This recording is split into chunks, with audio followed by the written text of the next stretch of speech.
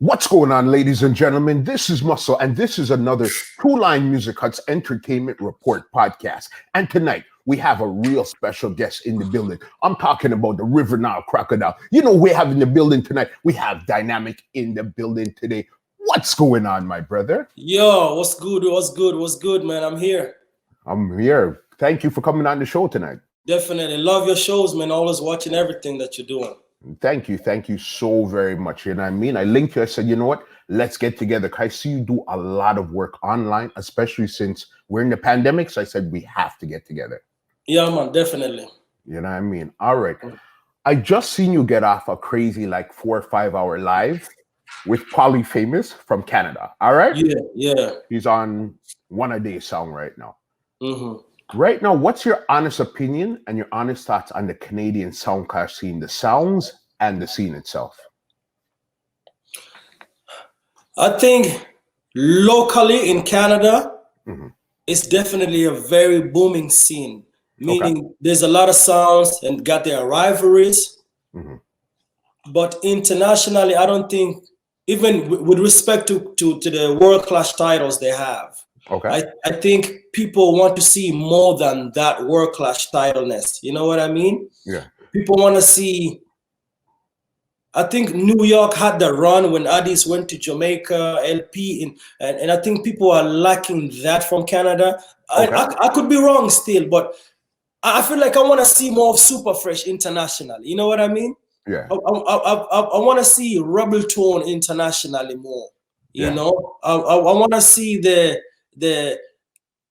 black reactions out there. I don't just want to come to New York for World Clash and go back. I want to see you, that's just my take on that, Yeah, that's true. And the thing with it, you've been involved with Canada, so you know exactly what the scene is like. Because you've been here, I would say you've been to Toronto about 3-4 times. Yes, but more than that, I have my cousin that lives up there. So I used to live in Erie, Pennsylvania, which is like right next to Canada. People don't even know that. I went to high school there too. So I used to go to Toronto a lot. Yeah. So but for dances, definitely 3 times. 3 times. 2 times on Shasha Marley and 1 time for Dynamq. No, actually, 2 times for Shashamane, because I remember the African Cup clash, and there was another juggling dance for our African community. And then 2 times for Dynamq for World Clash, and then I was in Ottawa with King Turbo. Got you. Okay, let's talk about World Clash, because generally with the format of my show, we start from the beginning and then go right up. But since we're talking about Canada, we just got to get this out of the way right away. You understand? So with World Clash now, what was your thoughts on the Canadian version of World Clash that you were in? Canadian version of World Clash? Definitely the turnout was amazing. I made a speech that I used to take a Greyhound bus to go watch World Clash in New York. And the speech following that was going to be, now I'm headlining World Clash, but I didn't want it to be like a bossy kind of thing. Yeah. So I kind of flipped it around, like, now I'm in World Clash, may I do my thing? Yeah. It was one of those speeches, because most of my speech is always to motivate those young sounds that have been trying to do this, to come up, and a lot of gatekeepers not letting them in. Yeah. So I am one of those young sounds that I waited my chance, even though I knew I've done my work, I've still waited for my chance, and there's no time like the right time. In Canada, what a lot of people don't know this, I flew into Canada on the Friday, the Friday night before World Clash. Landing in Canada, Magic from Soldier One picks me up from the airport. He's like, we go way back 20 years. Good, he's like my big brother in the sound industry. I get a text from my cousin, call me right now. Normally, all my family know when I'm traveling overseas, the only way you hit me up is if it's emergency. For sure. I pick up the phone, he's like, hey, my uncle just passed away. I'm thinking, yo, this is like the biggest moment of my life, and this is happening. So I was like, you know what, I'm gonna do this for my uncle. Yeah. But I'm not gonna let nobody know what's happening. Me and Magic, that ride from the airport to the hotel was the quietest ride ever. Okay. Like, man, dude, this is like, and Magic is like looking at me like, boy, Dynamq, Jano, I know you from like 2000, and this is the moment we all been talking about. And Magic told me one thing, was like, yeah, well, brother, we're here for you, man. For sure. Just do what you have to do. And me, for that World Clash, I traveled with my mixer because of what happened at US Rumble. Yep. My laptop had some issues connecting with what Chin were providing. And I told Chin, I was one of those guys, I don't use controllers until probably last year. Okay. Yeah. So I told Chin, like, listen, I'm gonna bring my own mixer. All I need is you to provide me with 2 CDJs, which they always have at all their events. Yeah. And they provided that, and I did my sound check, and I was ready. But at the same time, I'm waiting for songs to be sent for me that day from Tony Rebel, which got the biggest forward for the night. Yeah. You know what's crazy? Prophet from Super Fresh ended up mixing that dub for me that night. Crazy. People don't even know this because me and Prophet are good, and Super Fresh is one of my favorite sounds. Okay. And I hit up Prophet like, bro, man, I got a dub, but they sent it as WAV file or something. I can't download it on my phone, and it's split. Yeah. It was like, wow, I want to African, just send it. So I sent it to him. He brought that dub on a flash drive at the dance. Wow. Yes. Yeah. And then I feel so bad because Bigger Boss, me and Bigger Boss go way back from when he used to live in Texas. Yes. Bigger Boss brought me some tune too. And I felt some type of way because I play Bigger Boss in all my clashes, Okay. And I never got a chance to play the dubs he voiced me for World Clash. But, Bigger Boss is a big man. He understand what I go on, But, yeah, to your question now, that clash was so long. Yeah. But it was a test for me because I'm not one of those guys. I don't want to go through the gate because Chum is an African, make him go through. No, I never wanted that. Yeah. But at the same time, I am a proud refugee. Don't ever misunderstand that for trying to get easy bias forward. Me no depend that. If you're gonna give me my forward, I'll take it. If you're not, that's fine. That's why I've never really went on social media and talk about mistake or about what happened. It's done. Whatever happens, happens. Whatever happens, happens. To me, what I know is I made a big impact on a stage that I used to dream about being on there. Yeah. Like, bro, when they sent me the flyer for World Clash, are you kidding me, man? Yeah. Me seeing myself on a World Clash flyer? Crazy. Dude, like, you think about that, bro.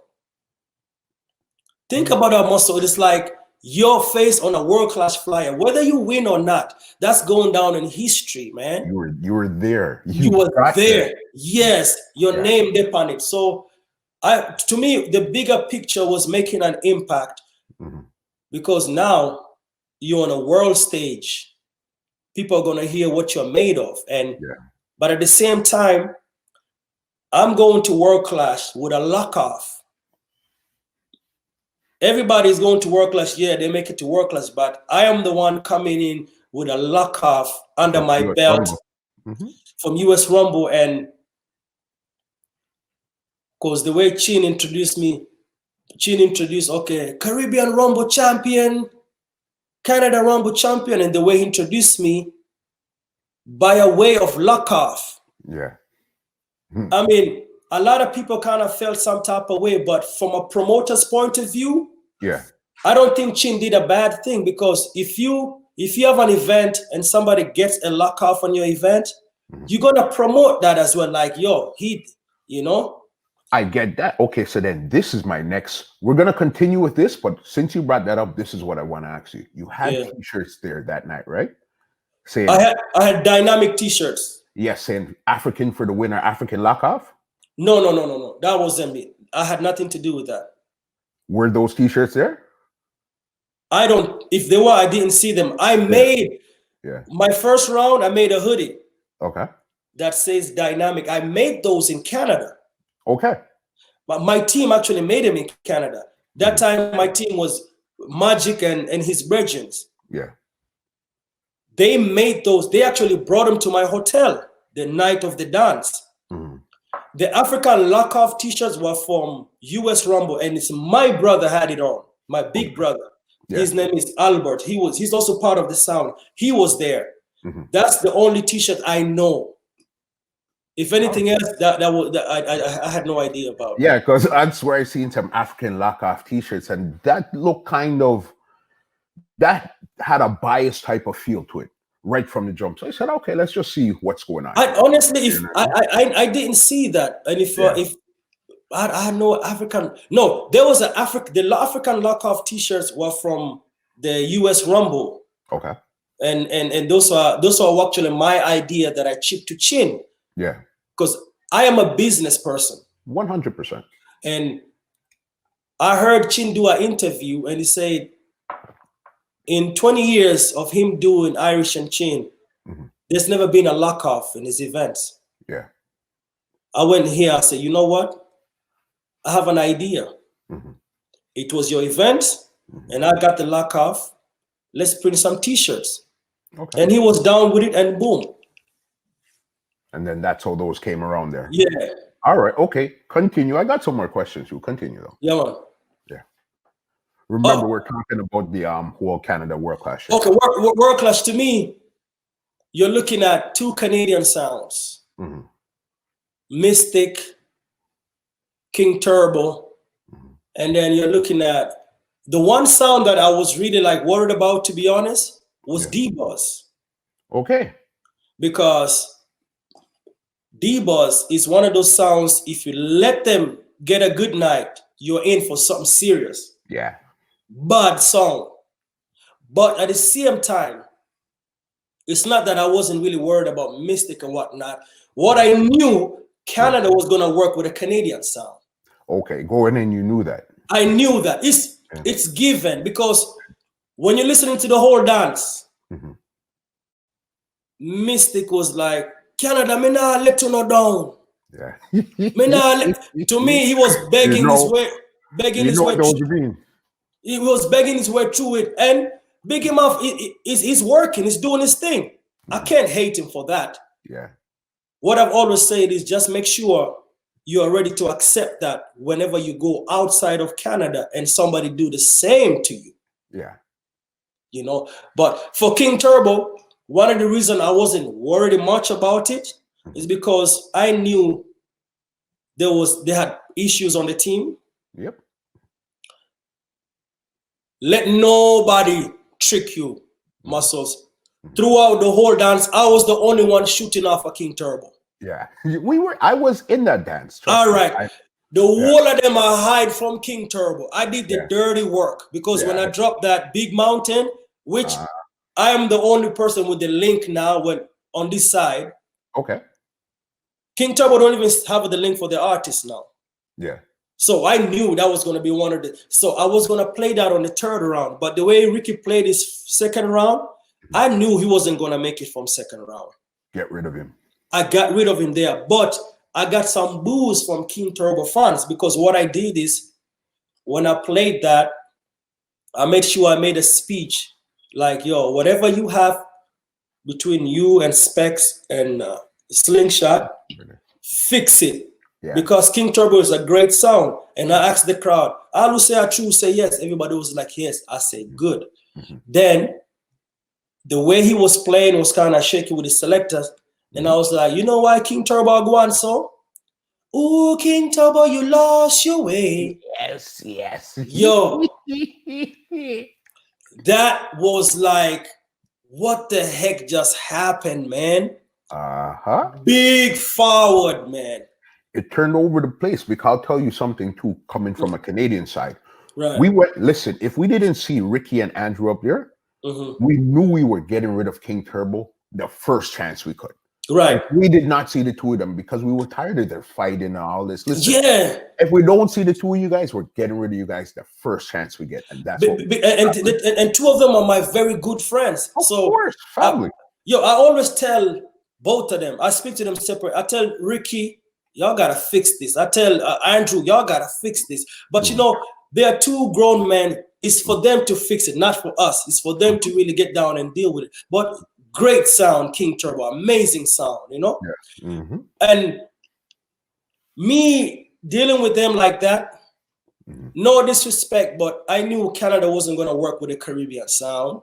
Yeah. The Japanese now is a young youth. Okay. So we're not going to bash him too much. He might try a thing. I'm not going to, we have to raise champs as well.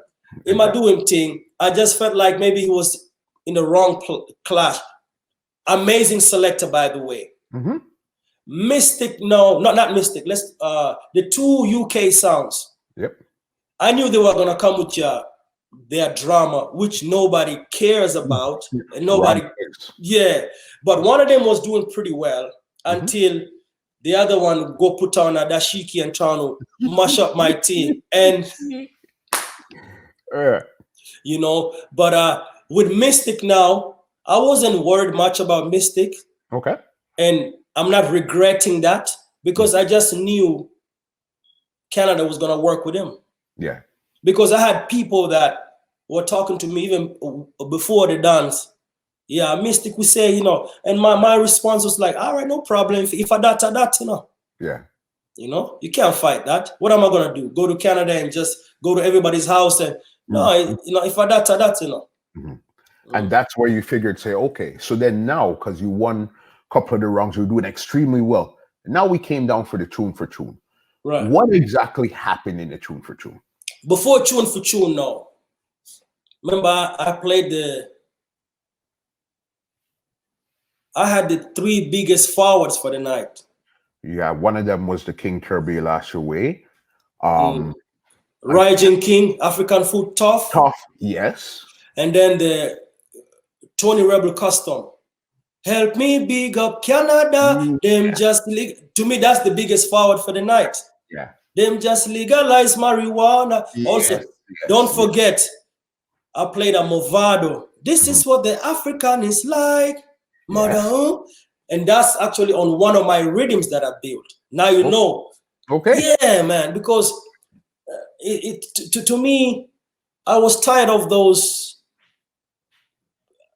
I'm the type of person when I'm approaching this, I have to exercise me as a producer as well in this game, because I need my own real rock version too. I don't want to just voice upon Stone Love real rock, voice upon King. We don't want that. Voice upon Dynamq real rock.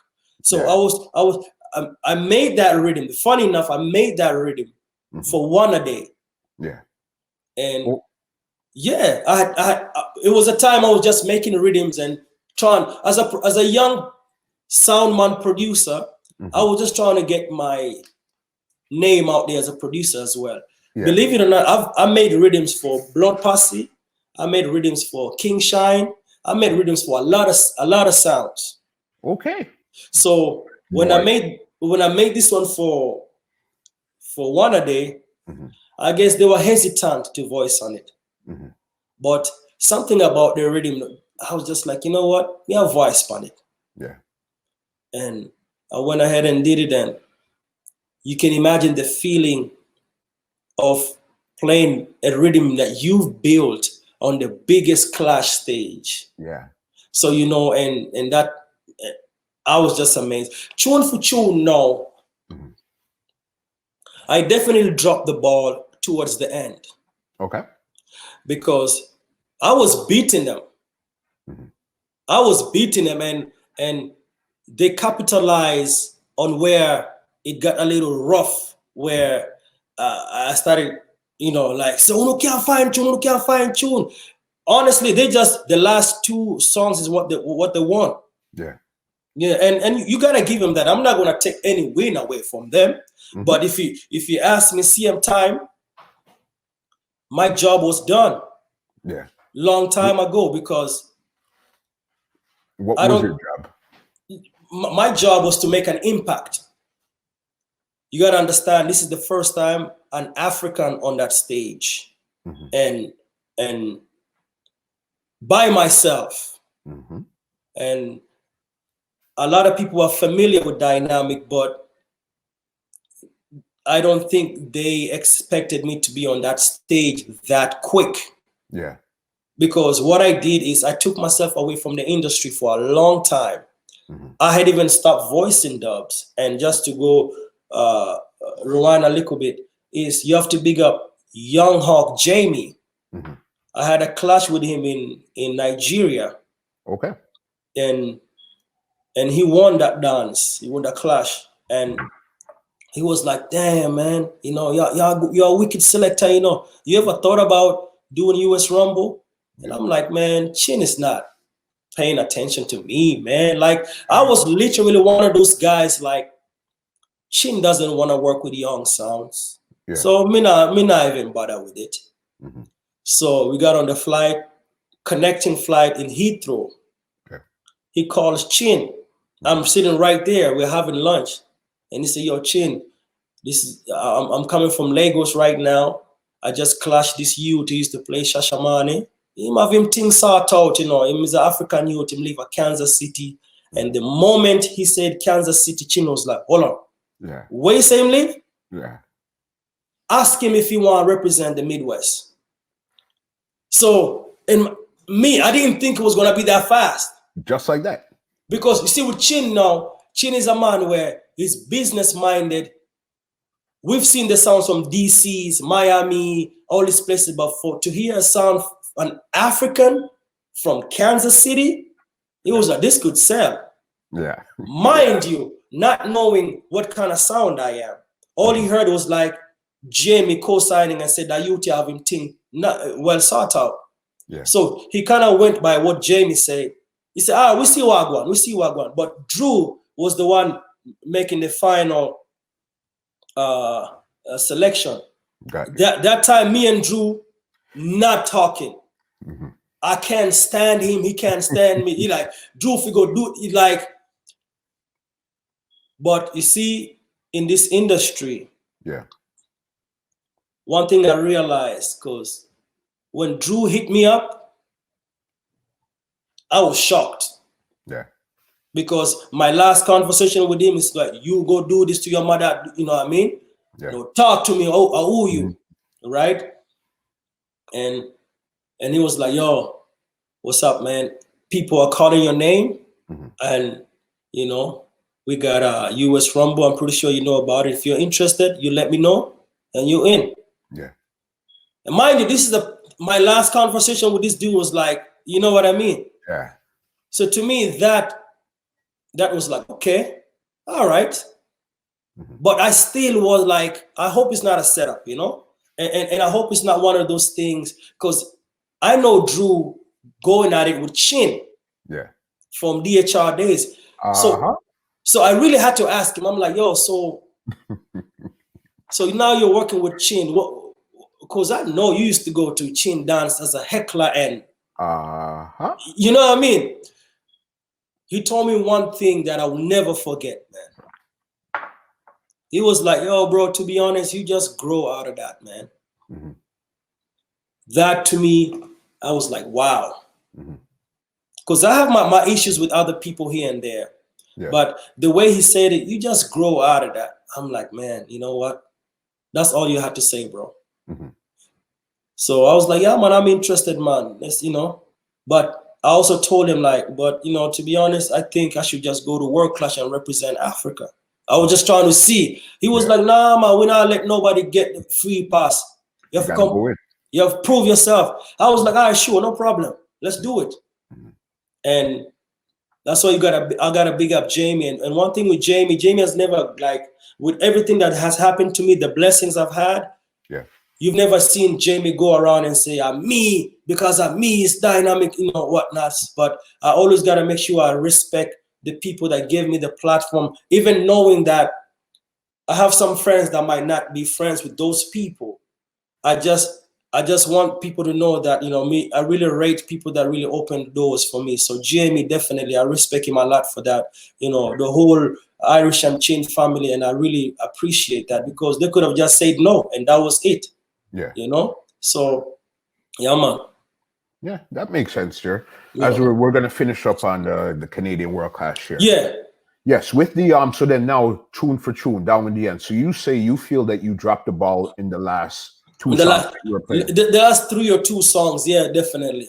I dropped the ball there, and you know, they took advantage of that. And the sad thing about that, it doesn't really matter what you've done for the whole night at that moment. Yeah. It's like boom. And also, this is what people say. People say a lot of people have to go catch flights and go back home. You know, to me, it's like, yo, make them have them win, man. Make them take it and go over it. But let's not forget who put on a show that night there, you know, because I don't want nobody going around making it look like Mystic just whop everybody, you know. Yeah. No go so, because we know Wagwan. That's why it's good to have those audios out there and whatnot, you know. Yeah. But you know, I've never gone on social media and whatnot. But I do remember. Yeah. I'm a businessman, bro. One thing Tyrone said was Chin was doing A, B, C, D for me. Chin booked me for 2 dances. Okay. US Rumble and World Clash. Okay. Right? Every other thing that came around there, Boom Clash, Rebel Salute, me going to Japan, Chin had nothing to do with that. All right. What I did was I always had those links, but I was waiting for the right moment. What do I look like going to Japan? Nobody knowing me in Japan. Yeah. Right. Made no business sense, because the person that took me to Japan was Yard Beat. And Yard Beat was in Africa in maybe 5 years prior to that. And they played one of my songs there and bust up the place. And we built a relationship. And they were like, we got to bring you to Japan. I was like, yeah, man, but let's wait for the right moment. And to me, the right moment was right after World Clash. Okay. Because, you know, Mighty Crown had set a standard with the whole World Clash. Everybody in Japan watched World Clash, you know? So to me, it was just the right time. But my whole thing has always been, do not fight your fight with Chin using my name. That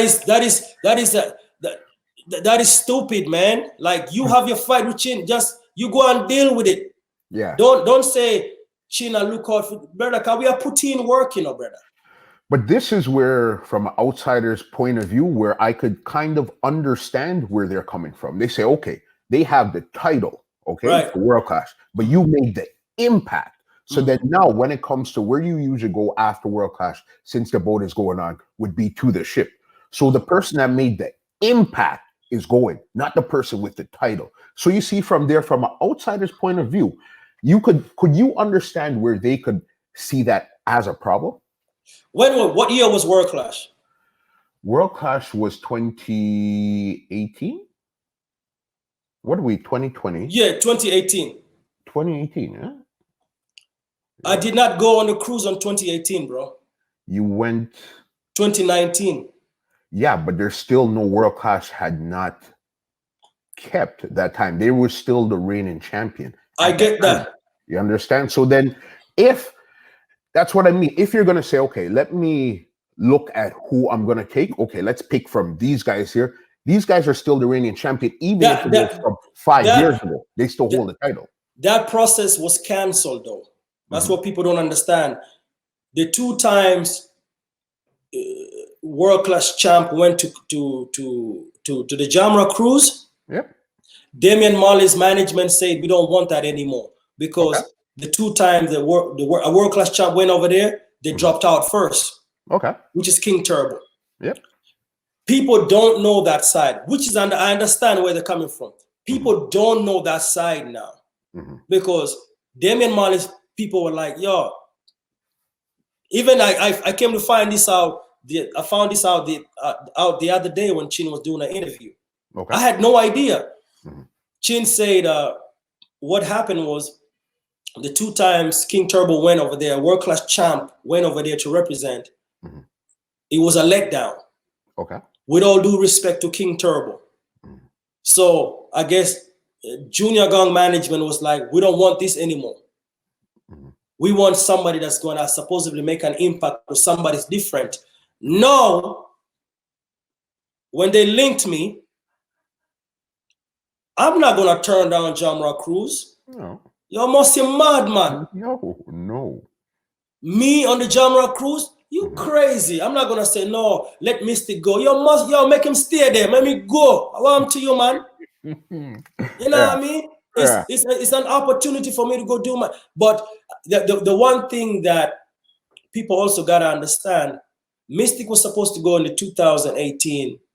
And from World Clash until 2019 December. Okay. You tell me. It was quiet, man. They didn't do anything. Why? Why didn't they have the title? Why didn't they? What was the issue? In Sound Clash land, you're inside there. What was the issue? Why Mystic didn't get to go out there and go do what they were doing? That's a question for them to answer, bro. I can only tell you about how I do run my business. Because to be honest, somebody linked me on Instagram, right? And people always look at me as an African, but I'm good up here, man. 100%. I'm good up here. I know fuckery from somebody hit me up when I was in Japan. All this time, I'm not telling them. I just make them talk. I go to Japan. I link up with Ja Works, who booked my second show. I link up with other sounds that I work with. Big up to Yard Beat, the first show with, and then we actually joined the tour with Dynamq and Davil, the artist. Yeah. You know?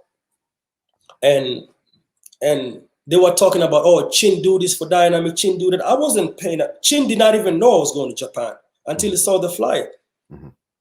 So with Mystic now, somebody had texted me on my WhatsApp. On Instagram, and said, "Would you like to clash Mystic?"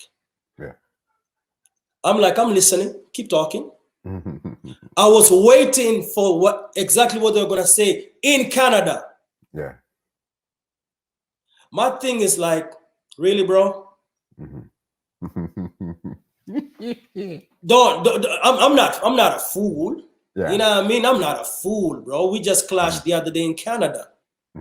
You know? And I already know what's gonna happen. Yeah. You see me doing the boom clash. You see me making some noise. And prior to that, I did a clash in Bermuda as well. Mind you, who did I tell you picked me up from the airport? Soldier One, right? Magic. It was already planned. I told Magic, I'm going to go to World Clash and make an impact, win or lose. We're going to keep a dance in Bermuda.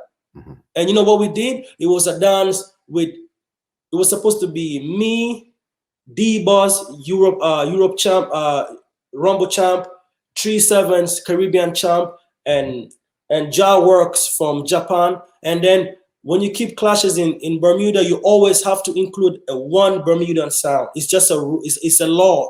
Yeah. Which is very, very good. I really, yeah. So Young Guns ended up taking it. So, but we could not get D-Boss. So we got Ja Works, Dynamq, 2 US Rumble champs, World Clash contenders.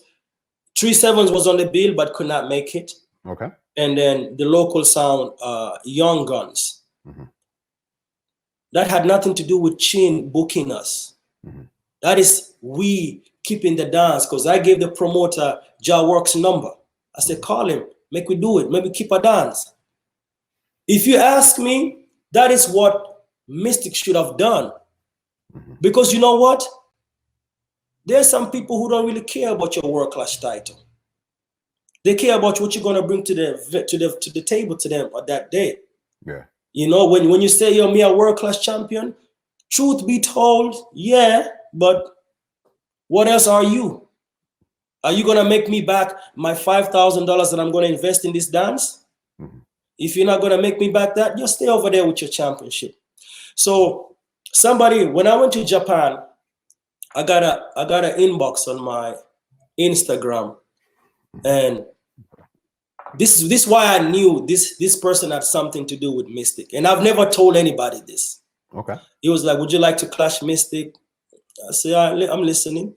Yeah, and the clash gonna be in Canada, and we can offer you. I think they were gonna offer me like $1,500. You know, I was like, "Man, really?" And then they were like, why would you want to be in touring? You want to go on tour instead of clashing a world champion? Mm-hmm. And at that moment, I'm like, yeah, I'm in Japan. Yeah. Like, and I'm answering this at like around 3 o'clock in the morning over there because my sleeping circulation is still messed up. Yeah. And I'm like, oh, this gotta be somebody from their camp. And if not, okay, I'm wrong. But it just sounds so funny for me. And to me, I'm like, you really gonna tell me, would you rather tour Japan or clash world champion? I'm like, in this situation, your business mind is just loose, bro. Like, what you mean? I'm in Japan, man. Yeah. You know, I'm meeting new people coming into the dance in dashikis. You can't beat that. That's crazy. That's a crazy feeling. And at the same time, don't try to make it seem like I'm going to live in Japan. I'm touring Japan. I'm coming back over there. So we can even keep the dance a couple months later. But what really was shaky about that is when they said, oh, would you rather be in Japan or clash a world champion? I'm like, come on, man. That doesn't even make sense. It doesn't make sense, man. So to me, honestly, my father always told me, rest in peace. My father always told me, don't involve yourself in people's business. Mm-hmm. You know, and that's why I never involved myself in Mystic's business before or after that. I don't even talk about them because to me, they have their way of doing their things, mm-hmm. and that's them. I have my way of doing my things. But what I can tell you is you always sometimes got to look at the mirror and blame that person. Yeah. You know? It's always, at the end of the day, it's always your fault. It's my fault for not doing whatever. It's always my fault. So could we agree right here now that winning a world class title is good, but you need to either put something on top of it or have something leading up to it to really make it valid? Not only world class title, bro. Mm-hmm. In life in general. Mm-hmm. In life, you know what was my plan after winning world class title? Mm-hmm. To make a documentary, mm-hmm. and pitch it to Netflix. Yeah. And basically my journey, I'm still gonna do the documentary, by the way, mm-hmm. but it was one of those where I come from. I was gonna go back all the way to where I was born. Yeah. And get some clips and talk to the people who know me growing up and whatnot. And T-shirts. You think you seen T-shirts? You would have seen some crazy T-shirts, man. And basically use it as a marketing tool to get my own shoe deal. Because guess what? This year Olympics were gonna keep in Japan. Mm-hmm. I already had my foot in Japan, and my thing was like, yo, I was gonna come up here as a world champion, and I was gonna even if I have to walk to New York and talk to Chin, I said, Chin, I got a game plan with this title that I won. That's what Chin is looking for from these young songs. It's like they've given you the platform. Give us something to work with, you know? Yeah, you know, I get it. You get it 1,010%. I spoke to somebody already and I told him, say, listen, I think the problem with a lot of people that win World Clash, they just their plan is to win. They don't have a plan after that. Okay, so now I won. What do I do with it? That's what the whole problem is. Nobody has this grand plan. after? Like you said, if you won, this is what you're going to do. I was going to go to Africa, to different radio stations, different TV stations with the world class trophy, and show people and like make them even touch it, and show them like this is the title, you know. And what I was going to do, honestly, I was going to take that trophy and take it deep to my village and leave it there. Yeah. Okay. You know, because you know, we came as refugees here. We literally came here with nothing. And now to be a world champion, come on, man. Yeah. It's deeper. It's so because that's why I was representing US, but I was an African on that stage. Yeah.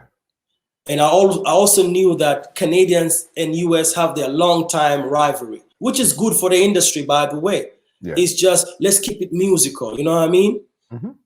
And got on my dashiki, the whole African thing, and people forgot I was representing US. Yeah, yeah. You know what I mean? So yeah, you gotta have a game plan, like you say, after World Clash, because that's when the journey really starts, bro. And the things you could have done with that, bro. Muscle, come on, man. You know what I'm talking about. One gazillion %, brother. Right now, you see those headphones you have on? I swear to God, you could have some Dynamq headphones by now. Yeah. I could have linked you and say, yo, may I sponsor the show? Yeah. You know what I mean? The hat you have on, that, you know, something. Yeah. You know, so, but you know, people are different. Yeah. You understand, take a platform. Great. That was basically what I wanted to cover from the World Clash, and just to understand if you get it. And what it seems like is it seems like you're in the middle of a situation that 100%, it doesn't really have anything to do with you. Oh yeah. Here's the promoters, here's the sound, here is the guy in the middle. So the guy in the middle, what does the guy in the middle do? That's why I've always said, I'm cool with Chin. And my whole thing is always, don't fight your fight with Chin by calling me out. I'm out the way. There you go, right there. Yeah. Go right there. Don't come and say, yo, hey boy, no man. We don't do that. And that's why I don't get much into it, because it's none of my business, to be honest. Yeah. You know, at the same time, I am a grown man. You know, we are all grown-ups here. You know, take responsibility for listen to me, man. If I'm the promoter for World Clash, sometimes I think Chin is too nice, bro. How so? If I'm giving a sound a platform, and they're dealing with me the way they deal with Chin, not all of them, some of them. Okay. You know, I'm not booking you ever for my event. Because Chin is paying you. And I'm not here trying to defend Chin or anything, because Chin can defend himself. We all know that. Yeah. But I'm speaking from what I'm seeing. Okay. Chin paid me for all the events he has booked me. Okay. And I've never heard anybody go out there and say Chin owe them money. If they do, that's for them business, but I don't think that's true. Chin is one of the most professional promoters I've worked with. I've worked with a lot of shitty promoters before, bro. Promoters who did not even have my hotel. I had to stay up the whole night and go check in 3 p.m. and I flew in the day before. All these things. I've been through all of that. One thing is like, don't be mad at that person that found a business idea with Muscle or Dynamq. If you and Muscle could not get to an understanding, don't be mad at me because me and him got into an understanding. My journey and yours is different. What you're looking for is different. You know what I mean? And I feel like rivalry is good for the industry, but fuckery is not. Yeah. Fuckery is not, because we all know what fuckery is, bro. There's a lot of things happen to me in this industry. I'm not about to blame anybody, bro. Yeah. That's just my... Take your own responsibility. Definitely, man. Definitely. I get it. Bro, listen to me. 5 years ago, 4 years ago, I did not even have one Capleton dub. Okay. Right? Because Capleton, I was even booking Capleton for shows in Kansas City and whatnot. Now I have well over 25. That came with patience and knowing my place and finding a way to work with the artist. I'm saying that to say this. Don't be mad at the person that looked beyond the eyes and saw a bigger picture to get what they want to get. Yeah. You know what I mean? Because what I tell you, when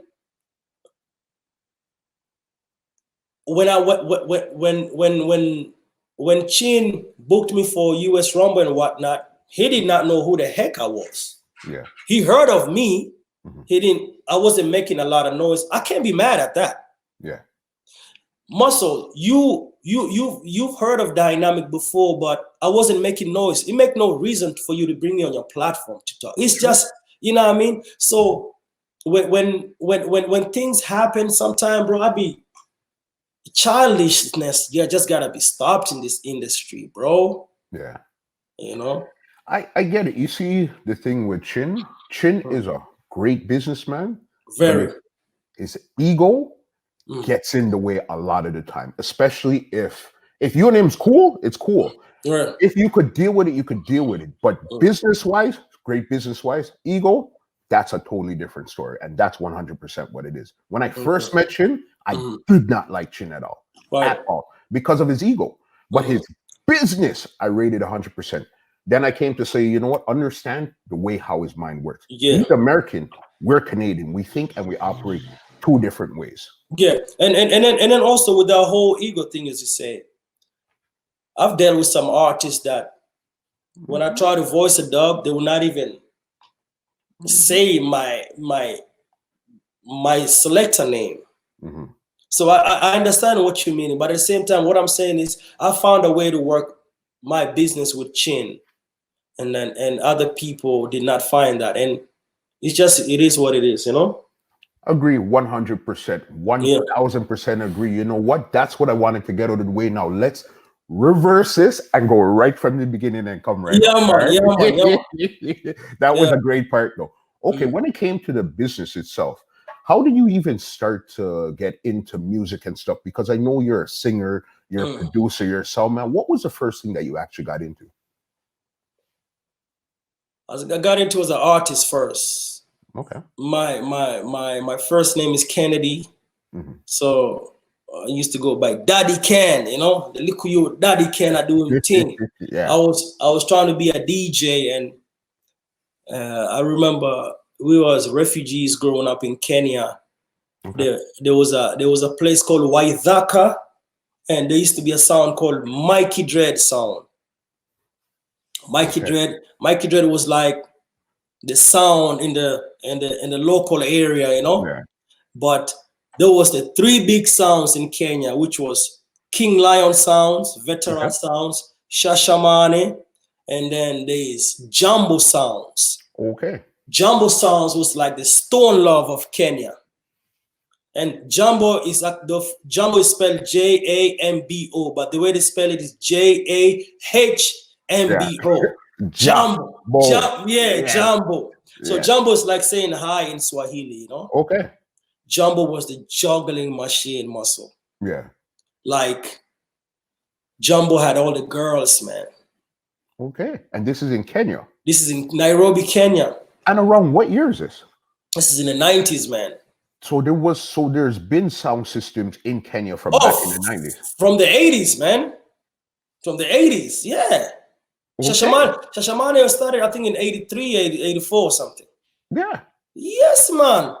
It's just we were not known worldwide, but because we used to get all our music from UK. Makes sense. Because UK was just one trip down there, you know, 5 hours and you're in Nairobi. Okay. And Nairobi is one of the hubs in Africa. So everything that comes from abroad, Nairobi, one of the first places it gets there. Got you. And, you know, Used to listen to Rodigan on those shows, you know, and Josh Shaka, you know, and you know, Mikey Dread used to play records and cassettes on the song. And the only way I got to play is because I had a Night Nurse album, Gregory Isaacs, who's my favorite singer. Okay. And that's the only way I got to play on that sound. Y'all want the tape? Let me hold it. Let me hold the Taka 4. Okay. Okay. You know what I mean? We know I done talking. We build from there, and the sound was one of those sounds was just playing in the lawn and, you know, just laid back. You know, Mikey Dread you're talking about. Mikey Dread song. Yeah. And I played on it because I'm a big, my biggest talent is playing football, soccer. I'm a very big soccer player. Okay. So after soccer practice, every weekend we go up there and check in the vibes, stay up all night, hungry. We don't have money to buy food, bro. Yeah. The money we have is for a little bus fare to go back home, you know? And there used to be a guy named Capital D. Used to work at a local radio station. And he would actually be making mix CDs live for people. Okay. And you know, those times you just want to hear our name big up on a mixtape. Yeah. You already know. Once you hear your name, of course. What? Yeah, man, muscle, big up yourself. Man, you rewind that part. That's your favorite part of the audio. You know that, yeah. So I save up some money, had that guy make me a few, you know, mixtape, you know, cassettes. This time it's just cassettes, you know. And I remember one of my brethren named Acid Mishap, who was a young artist from where I grew up, a place called Kawangware, real ghetto. Yeah. You know, Acid Mishap was like, you know, no, there's a guy named Okuyo. Okuyo was my next door neighbor. They used to sell soup. Okay. Yeah, they used to sell soup. And he was the reggae person in the whole area. Everybody knew him. You know, he was like, oh man, you gotta come out sometime because, you know, you're doing your little singing thing. Come roll with the big dogs, King Lion sound. Okay, so now you stepped up from Mikey Dread song to King Lion song, which is like the second in command? Like that's the biggest sounds in the country. Yeah. I mean, in Africa, if you ask me at that time. Okay. And I'm like, man, King Lions, you crazy, man. I don't even have money. Yeah. They were like, well, you know, they got this talent show, you know. You go audition and go do your thing. I was like, oh shit, bro. Me and my brethren Acid, we walked from like Kawangware to a place called Ngara. Yeah. Yo, that must have been at least 10 miles or something. Not 10, 10 miles, bro. Wow. By the time we got there, bro, our feet all dusty. You know what I mean? Yeah. Look who young youth. Yeah. We just, they were like, so what are you guys doing? I was like, yeah, I'm an artist. I'm like, what do you do? And those time, I was trying to be a DJ, right? Okay. So, but every DJ that went and DJed before me, I did not understand anything they were saying, but they sounded good as heck. Yeah. So they must have been saying something, man. Yeah. I was like, man, I'm not keeping up with this. So I kind of have a high-pitchy voice. So they were like, okay, your turn. Man, nervous. First, like I hold a microphone. No, let me rewind that. You see Jumbo Sound now? Yeah. My friend who used to sell soup took me to Jumbo Sounds. Okay. Funny story. Yeah. I'm the type of person that time when I went to the dance, I'm not even supposed to be there. I was a young youth. Yeah. But I was one of those young youth with a grown body. So I kind of look older. Yeah. So there was a guy named Robert Johnny. He was the MC, bad MC. He was MCing in his high school uniform because he was a high school youth. Okay. What? Bad. He plays for a sound called Blessed Love sound in Europe now. Okay. He's still my friend. We keep him. Man, the man used to mash up the place, bro. Yeah. And you know, in Africa, them time, man, when you speak good English, you are the man. Like, man, luck. And them time, then I play some Freddie McGregor, some Don Campbell, some Garnet Sale, place a mash up. And you know what they were using? You know those boom bass Discman where you can open up the top? the yellow ones. Yeah, those now, they had those connected into a mixer. Bro. Yeah. Mashing up the place, man. Them time the CDs just stepping at the scene, you know, CDs just came out. CDs sound clean. Yeah. I remember he was juggling a song and he was making his speech and he held the microphone down like this. Yeah. I don't know what got into me, man. I went and I was like, check on the mic. So I was like, yeah, man, big up Kawangwara Master. Yeah. They're looking at like, who the hell is that? Man, the man almost smacked me, man. You know, but that feeling of hearing your voice off the speaker, I was like, man, that was amazing. That got you hooked to hear your voice amplified. Listen to me, man. That Jumbo Sounds was the sound. And then so when I went to King Lions now for the audition, they were like, okay, so what rhythm do you want? Damn, I was like, man, all right, you have any Burning Spear rhythm? So they dropped the Burning Spear has a song called Make We Do It. Okay. It's a big song in Africa. So they dropped the instrumental. Then I started DJing. See, Jaja knows everyone. Me say me born in a ghetto, me a born a poor man. Life in a the ghetto is a difficult one, German. Life in a the ghetto no sweet. Me wake up in the morning, no tea to drink. Man, people was like, okay, look who you Jaguar. All right, give me a next one. Yeah. I had no lyrics after that, bro. One lyrics. So I'm very good at freestyling, taking other people's song and just flipping it around from listening to like Charlie Chaplin and all those artists. So I was like, So they dropped the half pint Victory. Got you. Bam, bam, bam, bam, bam, bam, bam. I was like, you know what? All right. That time, I think South Africa, a couple years prior to that, South Africa just went through the apartheid, you know? Yeah. Then I was like, yes, we got to say no. Say no. Say no to apartheid. Yes, we got to say no. And you know, you see people start paying attention, like, let's see where it's going. Then I started mentioning a place like Kawangware, a place like Buru Buru. Whoa, they was like, yo, I Yeah, because you call it all the areas. All the areas. Yeah. And I learned that from Charlie Chaplin and DJ. You know, I was, they were like, all right, you have it, man. So now they gave me a complimentary ticket. First time ever. Like, I'm going to this big dance in a place called City Hall, you know? Okay. And I'm trying to take my brethren with me that play soccer with me, bro.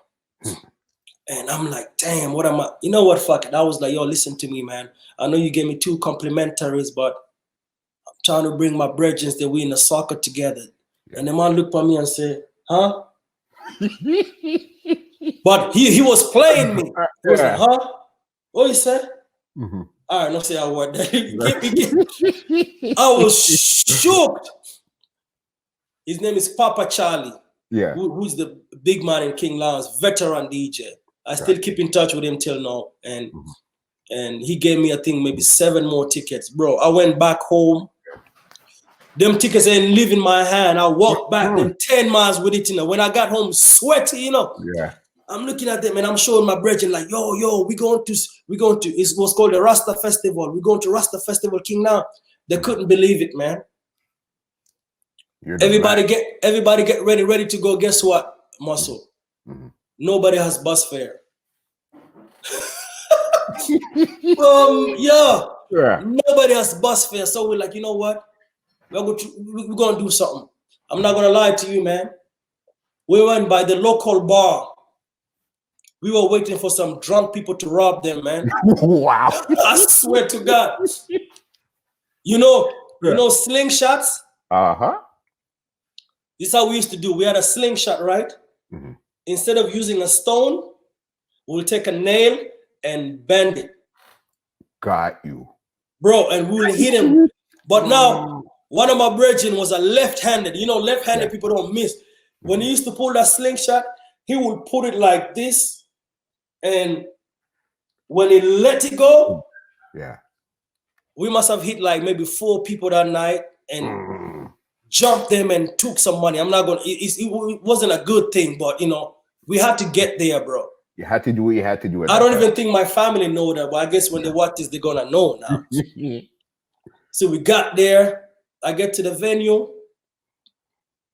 The security looking at me, young youth, like, where the fuck did y'all get these tickets from, man? These are complete. This is like VIP passes. I'm telling this youth, like, yo, I'm an artist, man. Artist? Yeah. Get the hell out of here, man. Bro, Papa Charlie, the big man on that sound, right? Yeah. Used to forward into the dance like 3 o'clock in the morning. Do you know we had to wait outside till that 3 o'clock in the morning, bro?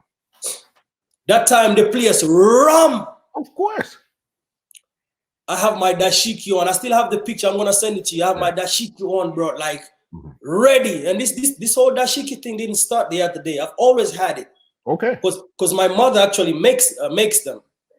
Got you. So, man, we're outside waiting. It's getting breezy. And I saw the big man forward, and I said, yo, Charlie, it's me. I said, yes, yo, come on, you. When he walk, everybody walk away. So when I start walking with him, the bouncer could not say anything. Me and my brethren just roll in.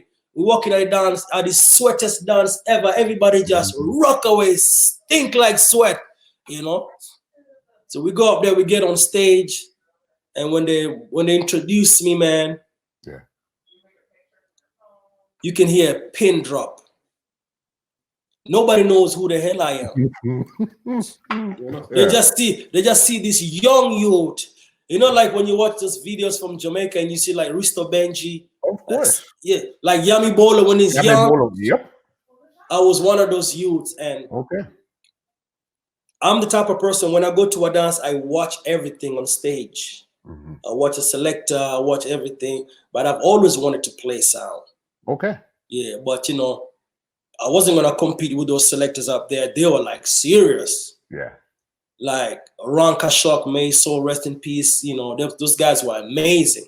So when they introduced me, I did my thing. I got a standing ovation. People were like, yes, youth. Yeah, do your thing, man. We read that, So that was my journey. And then fast forward, we moved to America in 1996. 96, okay. Yeah, and lived in Erie, Pennsylvania, right across from Canada. Yeah. Yep. Yeah, and so we moved to Erie, Pennsylvania, and man, I still wanted to play music, man. But you in America now, we came like in November, I think November 14th. Snow. First time witnessing snow, man. Like first time, because we don't have snow in Africa. No. Man, it's crazy, and I'm looking outside every day. I'm in America, bro. Like, geez. So this is what America looks like. I'm looking outside, beer whites. Yeah. People falling. I'm like, damn. I go outside and I grab the snow, start eating it, run back in it. Yeah. I remember we went to Payless. Because my brother had came to America prior to that. My brother who had the African Lock-Off t-shirt at World Clash. Okay. He came to America before us. Took me to Payless, man. I must have picked like 7 pair of shoes. Ready. Brother, I don't even know this whole Payless thing, I'm just want to get some shoes. I remember we went to my first time going to the pop machine. Yeah. We have Sprite in Africa. We have Coke. We have Fanta. Me don't want none of that. I say, give me that 7-Up. That thing look different. You want something fresh. I want something fresh. And I'm like, okay. I was just trying all kind of things, And then I remember giving people telling me, Shashamane is up there, Okay. And I'm like, yeah, they're in New York though, but I don't. So I went to their website, shashamane.com. And I called Bingi, spoke to him like, yo, man, I'm an MC, I'm from Kenya. I know the sound from back home. I know about you, whatnot. And I would like to get a run on the sound. He was like, yeah, we'll see what's up, you know. Yeah. You know, and for a while I wasn't really doing nothing. He must have sent me like 30 dubs. Okay. My first 3 years on the sound. Yeah. It was like, yeah, just work with those. Yeah. You know? Mm-hmm. So them time I'm on Yahoo chat room with people. We just going back and forth, just chilling. Okay. But I also knew I had to work my way up, you know. Mm-hmm. You know. Then my first dance on Shashamane was African Cup Clash in Canada. That was your first official dance on the song? No practice, no nothing. Just watching videos and whatnot, you know? Yeah. And was your name Mr. 3000? Yeah, that was me, Mr. 3000. Yeah. And from that, you know that Mr. 3000 movie, the baseball movie? No. There was a movie, I think it was a baseball movie, and Yeah. And I guess one of the guys in there kind of looks like me, and Yeah. my friends started calling me that. I was like, Mr. 3000, I'm cool, Yeah. whatever. I'll work with that. Because, you know, nickname is important. I wasn't going to go by Daddy Ken on this sound. Because one of my brethren was like, yo, we're not dealing with that daddy thing around there. No, You're no, young, no. you. So that's the, back home, Mhm. that's like, you know how in Jamaica there's the ranks, the bantan. Yeah. Back home is daddy. Daddy. You know, Yeah. you know, Daddy Ken, Daddy whatnot, ranking, pato ranking, all that stuff. So I kind of got that. I said, all right, cool. And I'm a very quick learner as well. So prior to that, I'm watching the Mighty Crown, who just won 1999 World Clash. And I'm like, man, that's some Japanese doing them thing. You know, I'm watching the Bass Odyssey. I'm watching the Jara. It's a whole different new thing to me, man. So this is when you're getting actually deeper into the sound business, as in from a spectator's point of view. Yes, because now back home is we play the song first, and then we introduce it. Okay. So like you mix, yeah, and it's the yes man, voice of the one called Garnet Silk. You know what I mean? Yeah. But over here was like, people, you know, you introduce the song first before it plays. Got you. So I caught that quick. I said, okay, cool. And then I remember that dance. I was on the sound, but I wasn't really. So they were like, yeah, man, we're playing in Canada. If you want to come, just, you know, come through. I took a Greyhound bus to Toronto from Erie, Pennsylvania. Right across the bridge, yeah. Waiting for them. And, you know, I'm trying to be part of the sound, and they bring records, boy, me lift up them records like, yeah, I'm part of the sound. Yeah, man, come through. And I'm like, man, this is an experience right now. I had nothing to do with Shashamane or just part of the new team. So I'm just there chilling. Zone 1, by the way. This was Zone? Yeah, man.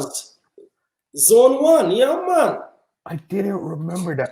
Who was on that dance here? The African Cup. It was Shashamane, King Turbo, Desert Storm, yeah, Rebel Tone, and Black Cat. It was Black Cat, yes. Yes. Did you play with Bass Odyssey up here? No. You didn't play, okay, it was Black Cat, okay. Yeah, Black Cat. And then I remember it was early warm-up, you know, I guess the guy that was supposed to MC for Shashamane, they were outside smoking or something. So the big man went up there and he was playing some songs. And you know me, I'm like, man, this is your chance, bro. Like, yeah. I'm looking around. I think the guy was either James Bond or Danger one of those guys. Okay. They were the Jamaican guys on the sound. And you know now, I just came from Africa. There's Jamaicans playing this African sound. I know my place. Yeah. Let them do their thing. I'm learning from them, you know?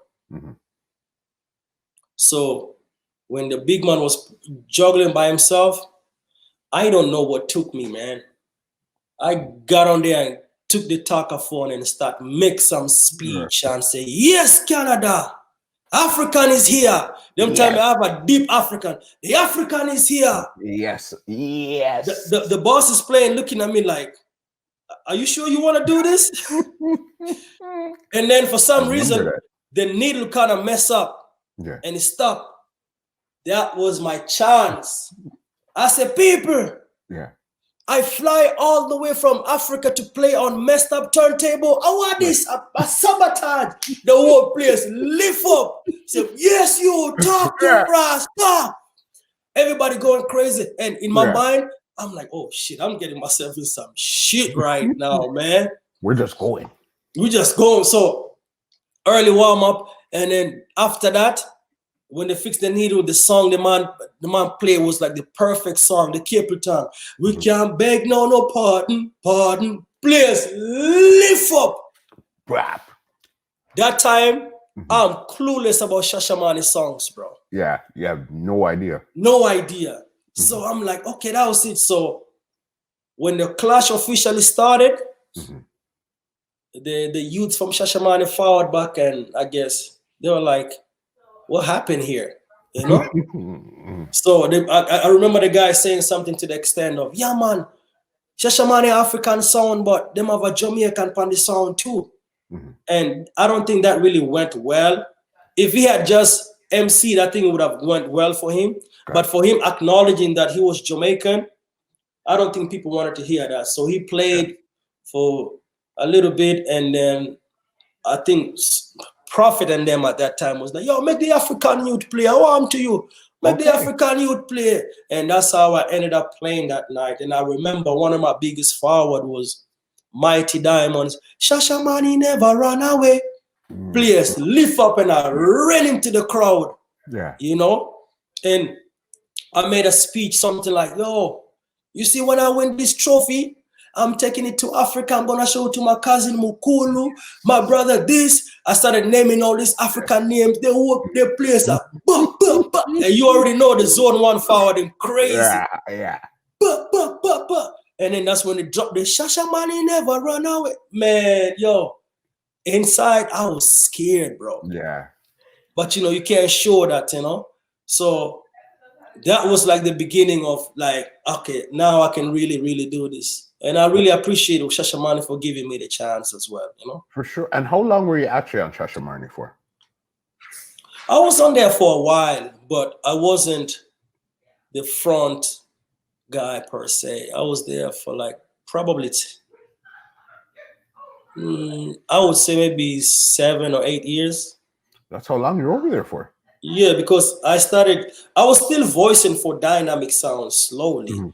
Because I was actually building Dynamq sounds for my future son that I was gonna have. Got you.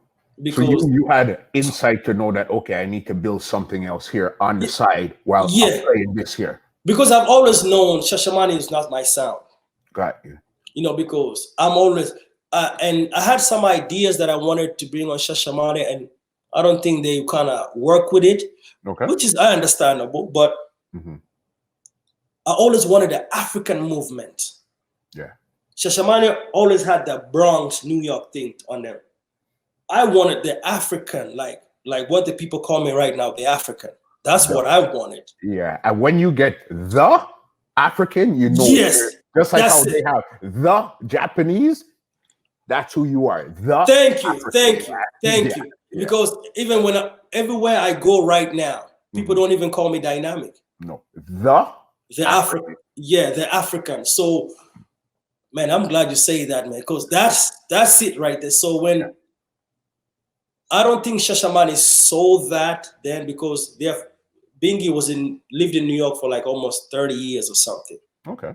So yeah, and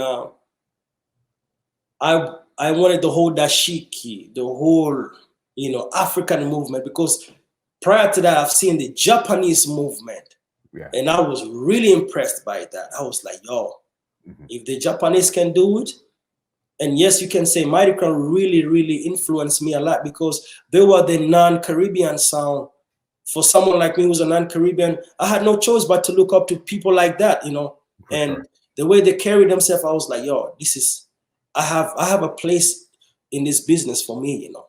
Yeah. And that's always have been my motive. And I remember we clashed Mataron twice and they killed us, but at the same time, to me, it was still an experience, you know. I saw them come to the dance, and the Japanese people are disciplined, just cool in the corner, just relax. But when they get on that stage, it's a different thing, bro. Different beast. Different, man. And I'm still learning today, but I'm kind of also glad that my sound as Dynamq boss when I'm a mature person. Yeah. You know, that makes a lot of sense because you have to go through a lot to really understand where you are in life. You're now more mature. And yes. What year did you actually leave Shasha Marley? Probably 2000. I was officially, I kind of started separating myself a lot because personally there was some things being done that I didn't like. Okay. You know, like, I don't want to get so much into the details. I feel like it was one of those things that, come on, really? Don't do that, Yeah. And some low blows here and there. But you see, I'm a team player. That didn't really bother me until I matured and started realizing, like, they really did that, man. Yeah. And the disrespect is what I couldn't take anymore, And you're not gonna disrespect my partner, and I'm gonna sit there and listen to you and then tell my partner, like, that's between you and no. Because if you know me, you're gonna defend me. You know what I mean? For sure. So For sure. and things just, I think maybe also the fact that I was building a sound for my son, Dynamq sounds. Yeah. That kind of also had like, okay, you can do your thing now. But it's, to me, I saw a bigger picture, put it like that. Okay. I saw a bigger picture and nothing was going to stop that for me. Whether I was going to be on Shashamane or whether I was going to do Dynamq sound. The bigger picture I saw is what's happening to me now, right now. That makes sense there. And what year did you say it was that you actually officially left? Because funny enough, even Bingy voiced like the Yellow Man dub that I have. Bingy is the one who voiced that for me. When I was still on Shasha, the Zungu Zungu. When I was still on Shashamane, and damn, my sound now is officially 12 years old. That's how old the song is. Yeah, but I was voicing way before that though. I was voicing from like 2002, 2001. Okay. Because my first Iwayne dub is like when Iwayne was nobody. I remember I voiced for Shashamane and I voiced for myself. Yeah. And we played that dub actually at Zone 1, the Iwayne dub. Yeah. And that time, it's so crazy. I used to play keyboard for Ika Mouse. Get out here. Bro, I got some, that's why sometimes when people just talk and I'm like, what are you talking? I played keyboard for Ika Mouse. I'm not saying I was the first person to voice in one dub. Yeah. But I made him understand you can make some money out of this. Well, how did you even get to eat? Okay, are we done with this? Okay, yes, we're done with Shasha Marley because you said, give me the year again. I don't think you gave me the year that you probably, I'll say the mid 2000, a little bit, maybe 2004, 2005-ish. Okay. Around that time. I could be wrong. 05. Okay. Were you playing keyboard for Ika Mouse before this or after this? Before that. Before this? I remember we played at Ika Mouse Custom in Canada too. In that same African Cup? Yeah, for Black Cat and Rebel Tone. Yes, you did. Yes. And people were like, what the how the hell did you guys get Ika Mouse? Because prior to that, Ika Mouse, honestly, I could be wrong, but I don't think he had voiced any much doublets before that. Because it's hard dealing with Ika Mouse. Yeah. So I was his keyboard player for like 3-4 years. How did you even get that? I've always been a keyboard player, right? Okay. I was trying to make my way into the business somehow, Muscle. You got so many hustles, it's crazy. Bro, but my whole thing is it has to be a hustle that's legit, like honest hustle. I'm not about to step on anybody's corn. Yeah. I'm a musician. I trained myself how to play keyboard. Okay. And I used to be on this local band called One World Tribe, and I'll play keyboards here and there. And opening up shows for other people, we did a show with the Wailers, original Wailers, and the drummer His name is Zeb. I was talking to him. Zeb was like, man, yo, you want a job? I'm like, what you mean? Yeah, E-commerce going on the road. They need a keyboard player. The sound man part of me played a big role in that, because guess what? I know a lot of e-commerce songs. Yeah. And I know them by ears as well. My ears is very good. I have well-trained ears. Okay. So I did an audition on the phone, bro. On the phone. I called the keyboard player at that time. His name was Adonai. He lives in New York. He's from Trinidad. Okay. Played with Dennis Brown, everybody. You know, they are musicians on hire. You know, most of these band, reggae musicians, they come to America and put together a band in America. Yeah. Because most of the musicians cannot travel because of visas, you know. I called him. He was like, yo, I got your number from Zeb. I'm the keyboard player. And they were like, oh, all right, cool. I'm going to call you back so we can go through the songs. And I'm like, how? Yeah, just play your keyboard. I can listen to it on the phone. So when the man called me, he was tuning his guitar on the phone. Okay. And I have my keyboard with me. Them time I had like one of them Radio Shack Casios, bro. So he's like, okay, let me hear you play Anorexel. Anorexel is E-commerce song on the Real Rock, which is me muma, me muma, me muma, me muma. So I was like, pam, pam, pam, pam, da. He was like, all right, that's it. You're good. Next song. And I'm like, that's it? He was like, yeah. Once you know the notes, you're good. We must have went through like 10 songs. Boom. Got the gig. But I don't have no keyboards. So I had to go rent some keyboards. Yeah. And I rented some keyboards for quite some time. And I went on the road, and we were in Phoenix, Arizona. Yeah. Shashamane owner. We're not even talking about dub plates. I call him. I say, yo, I'm about to record e-commerce dubs for you. Yeah. He was like, what? I'm like, yeah, I'm going to get you some dubs. He was like, how much? I'm like, man, come on, man. I'm his keyboard player. I'm going to get it for free. I must have voiced like 6 e-commerce that night. Guess what? Yeah. On a cassette. Nice. The Shashamane dub on Real Rock Rhythm. Yeah. Oh, no, all this, the first, I think 6 or 7 Shashamane e-commerce dubs were all voiced on a cassette. And I went and transferred them on MP3 and sent it to him. And the one on the Real Rock is Wadu Dem on the Real Rock, which got one of the biggest forward in Houston as well. Yeah. Became one of the Shashamane anthems in the early days then. So like we started going on the road. I remember going to Virginia, voicing for some sound over there. And I would be doing the intro them. Yeah. Because E-commerce rated me so much. He was like, yo, African, come. Just give me an intro. And I'll be like doing for a while, you know. Yeah. You go to North Carolina and whatnot. And one thing is, if you really get to know E-commerce, he's a great guy, man. I think the world just got it. The world just got into his demonic, part and but it's a man who would look out for me. He was like, what you want? You want some money? Yeah. Mommy good? I'm like, yeah. Yo, what you want? A keyboard?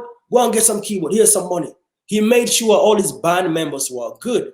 Got you. Because we were his family on the road. What we didn't know, he was going through a whole lot with his actual family. His wife and the record label, and they were like dealing with him wicked. I saw all that firsthand. So when I'm seeing when I'm seeing e-commerce videos right now, man, I see where it's coming from. You understand. Know, yeah, because he was hiding in Brazil for almost 2 years. Okay. And I was still doing dub sessions for him while he was in Brazil. That was his way of making money. Got you. There was a time I had to pay for his hotel room in Brazil from here. Yeah. And that's why he raked me so much, He's like, African youth, you're a real youth, man. I said, yo, go and do your thing, because now I see what's happening to him. You know, sometimes when you say people are crazy, don't laugh at them, man. You don't know what they're going through. You don't know how they got to this point where you're saying that they're crazy. Because they took his whole family from him, bro. Like his kids, his wife, everything. And then with the whole rape case and everything, I was all there when it happened. It's very sad to see what this industry can do to you, bro. It's not easy. It's not easy. Yeah, so that's when everybody started voicing he come out a lot, you know. And when he realized he could really make some crazy money out of this, he's just yeah, but like, you know, what? yeah, like, what? I mean, that's crazy. Okay, yo, so then what? we went through Shasha Marley. Yeah, he come out, you surprised, man. I didn't know that there. So then now in 04, 05, you basically said, okay, Dynamq. Yeah. But at that time there too, you also had out a song, Sad For You. Sad For You, yeah. I remember a brethren of mine named Slice from Trinidad. Sweet Sop Rhythm just dropped. And that time I was living in Pittsburgh, still trying to, you know. And I remember voicing that dub, like, no, not dub, the 45, like, that's the time when autotune was really getting hot. Yes. And one of my brethren, damn, I went to his studio late at night. I called him, I woke him up like, yo, man, I got this. Yo, I got to get this out, like, in the morning. It was a Black American guy. So, you know, when he's like, he loved the work ethic. To him, it was a new experience because he's used to a hip hop artist coming up there, staying in the studio, writing and whatnot. And he was like, I ain't got to make you a beat. Yeah, I got the beat already. Ready. He was like, what you want? I just want the vocals. And he was like, that's it. Man, we recorded that thing on Cool Edit. What? Get out of here. Cool Edit. We recorded that song on Cool Edit that same night. We mixed it. And guess what we did? We put that joint on, what's that download? On Napster. Remember that? Of course I remember Napster. So whenever you went and type Sweet Sop Rhythm, we released it, I think, the same 2 weeks when the rhythm was released. So everybody thought it was on the same rhythm. Yo! So you just rode along with it? Just rode along with it. But for me, I was following the whole tradition of counteracting songs. Yeah. Man, it started getting big. And when I used to go on, remember Kazaa? Of course. When you go download songs, dude, I will type Dynamq and I will see Sad For You, and it will tell me, I'm like, yo, this is crazy. And my brethren Slice is the one who put it up there, man. Yeah, crazy. And I'm like, but you know, at this time, like you say, I'm a hustler, bro. I'm trying to find make a name for myself in this industry. Either as a keyboard player or as a producer or as a sound man, something's gotta give, you know? Yeah. So something hit me like, you know, you can do all of that, you know. Just find one that's gonna bust you out the gate and just run with everything else. Yeah. And that's why I'm telling you, when I went to World Clash, I made sure I played one of the rhythms that I made. You know what I mean? So like it's a journey that's been amazing and very blessed, you know, and I don't regret anything at all, man. Yeah. You know, seeing everything to see coming from South Sudan at that time, which was not even South Sudan, it was Sudan because the country divided into two. Yeah. Coming from that as a refugee in Nairobi, and then refugee camps, you know, Erie, Pennsylvania, you know, and Pittsburgh and all the places to World Class stage, man. Listen to me, man. Crazy, bro. You know, and I'm not the one to try to compare my journey to everybody. I feel like everybody's journey counts. Yeah. Everybody's journey is worth it. But brother, you gotta respect everybody's journey as well, man. Yeah. No, when I seen you win the US Rumble 2018, and when I seen you grab that trophy and cry, it's like I felt it in my heart, my soul. That was one of the deepest things I felt in a long, because I felt your journey. You just holding it. It's like the 1,000 steps you took to get to America to get to where you were. I'm even getting emotional. Your soul. I'm getting emotional right now thinking about it. Let me tell you when, you know, King Fargo? Yeah. Good friend of mine. Yeah. I flew to New York by myself, right? Okay. I stayed over my sister's house. I have 2 sisters that live in Brooklyn. I told Chin, me good, I'll stay over my sister's house in Brooklyn. Yeah. So Chin was like, come to the office and come and get your tickets and everything. I go to Chin's office. I take a Uber by myself. I'm lost. Yeah. I'm calling Drew like, yo, I'm here. They're like, where you at? No, bro, you in a whole different, you gotta come over here. So I get there, I'm nervous. I walk into the Irish and Chin office. The first picture I saw, baby face pointing at Squingy. Crap.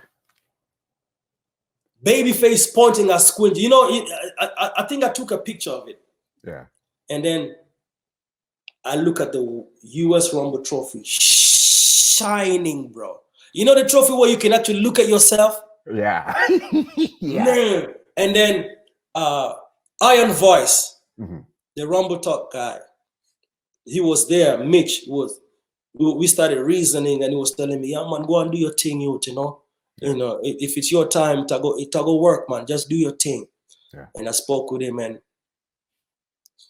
I went there to get my tickets, right? And I was supposed to leave, but I didn't want to leave because they were going on air. That was Friday night. I was like, man, I'm not leaving this place. I'm gonna get on that show somehow. Yeah. So I hear Chin say, yeah, by the way, we have one of the US Rumble contestants here. I was like, yes, man. Started talking. I'm quiet. People are looking at me like, and you know, I'm the type of person, whenever I'm around people that I don't know, I'm very, very quiet. I don't say anything, you know? Observe the situation. Yes. So they were talking. So they asked me, so how you think you're going to do? I'm like, I'll be all right. I'm just calm like that. So they started asking me, so what do you think about Banky hype? And I'm like, Banky's going to kill himself. And I'm just talking and they're looking at me like, man, what do you think about this song? I'm like, we'll see what happened, man. They was like, all right. Okay. We're going to see what happened. Yeah. So I left and I went back to my sister's place. So the next day, you ever met King Fargo? No, didn't meet him yet. You gotta interview him, and he has a very amazing journey as well. We'll make it happen. One of the most down to earth persons I know in the industry. Okay. I told Fargo, yo, Fargo, John was star. Feel some kind of way, you know. I need some positive energy around me. Let's go get some food or something. He said, yeah, brother, where am to you? The restaurant closed. What I do? But yeah, just forward, man, make a whole vibe. So I went over by his place. And we were holding a vibe. He was like, brother, what am to you, man? Are you a Clash this, man? Because he was on US Rumble prior to that. Okay. He was like, yo, you're a Clash this, just go up there and do your thing, man. Are you name African, man? I was like, saying. You know, it's one of those friends that give you a pep talk, you know? Yeah. And he keep it real, though. He keep it real, but he joke around, too. So he make you laugh. You know, I love jokes, man. He bust a few laughs here and there. For a minute, I forgot US Rumble was that day. Yeah.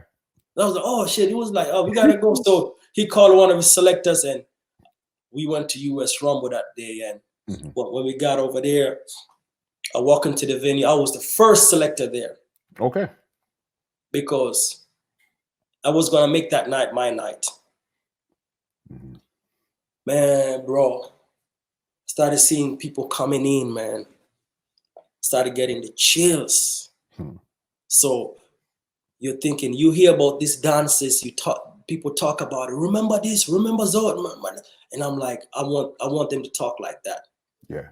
I saw Banky Hype walk in with a New Jersey crew, about 20 deep. Yeah, man, I want war tonight. I want to know war tonight. In the back of my mind, I'm like, I'm about to whoop the shit out of this dude.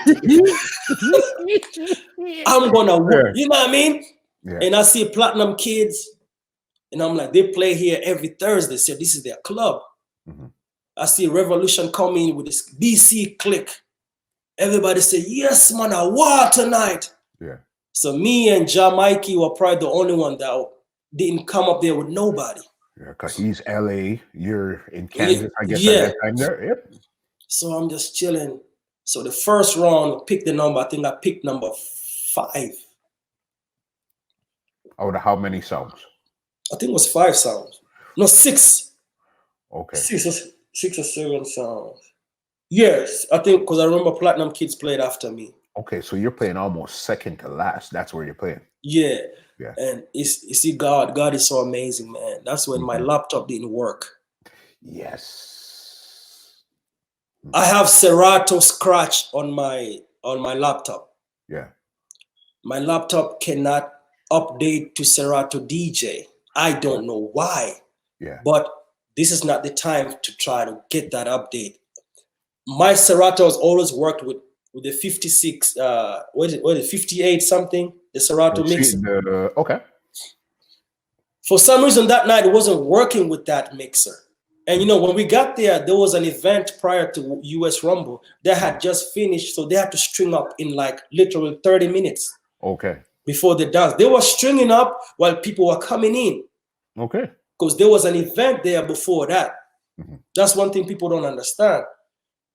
Man. So picking number 5, Channel Star. I was like, shit, the clash start. Me and Ajax on the side sit down and fix it. He was like, yo, just update it. I'm to you. I was like, man. So Irish from Irish and Chin. I was like, didn't you have a laptop? He was like, yeah. I was like, let me use your laptop. He was like, all right, cool. Yeah. Backstage, while the dance is going on, I'm putting together a lineup for the tune. And backstage, all you could hear was you don't even know what songs is being played. That's true. And I'm like, geez, man. I'm here, Revolution, getting some forward because they had a Stephen Marley custom for that night. Forward. So when it's my time to play, I'm using Irish from Irish and Chin's laptop. My songs have no cue points. I'm loading up the song. It's playing from the middle. I'm like, oh. Good thing the first round was 5 minutes. Yeah. And no elimination. So the last 3 songs, when I start realizing, okay, there are no cue points, I put some cue points and I juggled. They were like, all right, cool. I started getting a little boozy here and there. And, you can tell all my friends that came to see me was like, damn, man, we seen like Tech 9, King Fargo, and my good friend Michelle. Michelle is one of my friends, my best friend. She flew all the way from Nashville. Okay. She plays on a song called Empress Movement. And she was there. She was like, man, she literally almost got in tears, man. Like first round, I'm like, damn. So I went backstage. I had my hard drive, man. I started putting a lineup together.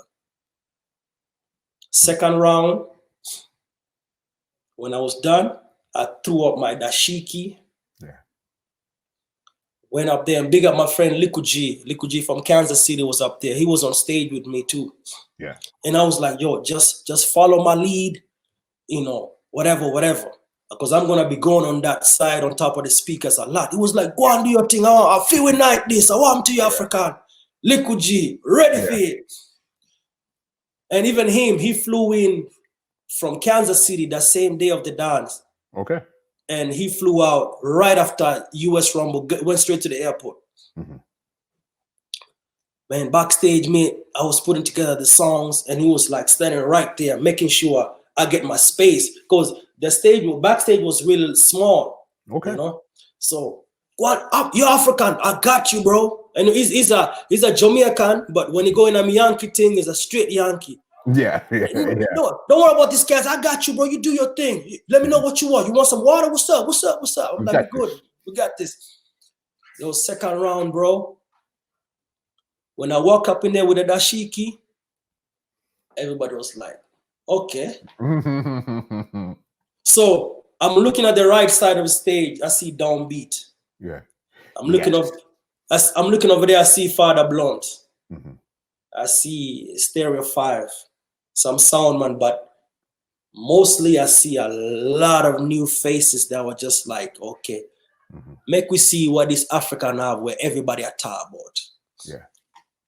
Man, I remember I dropped the Burning Spear.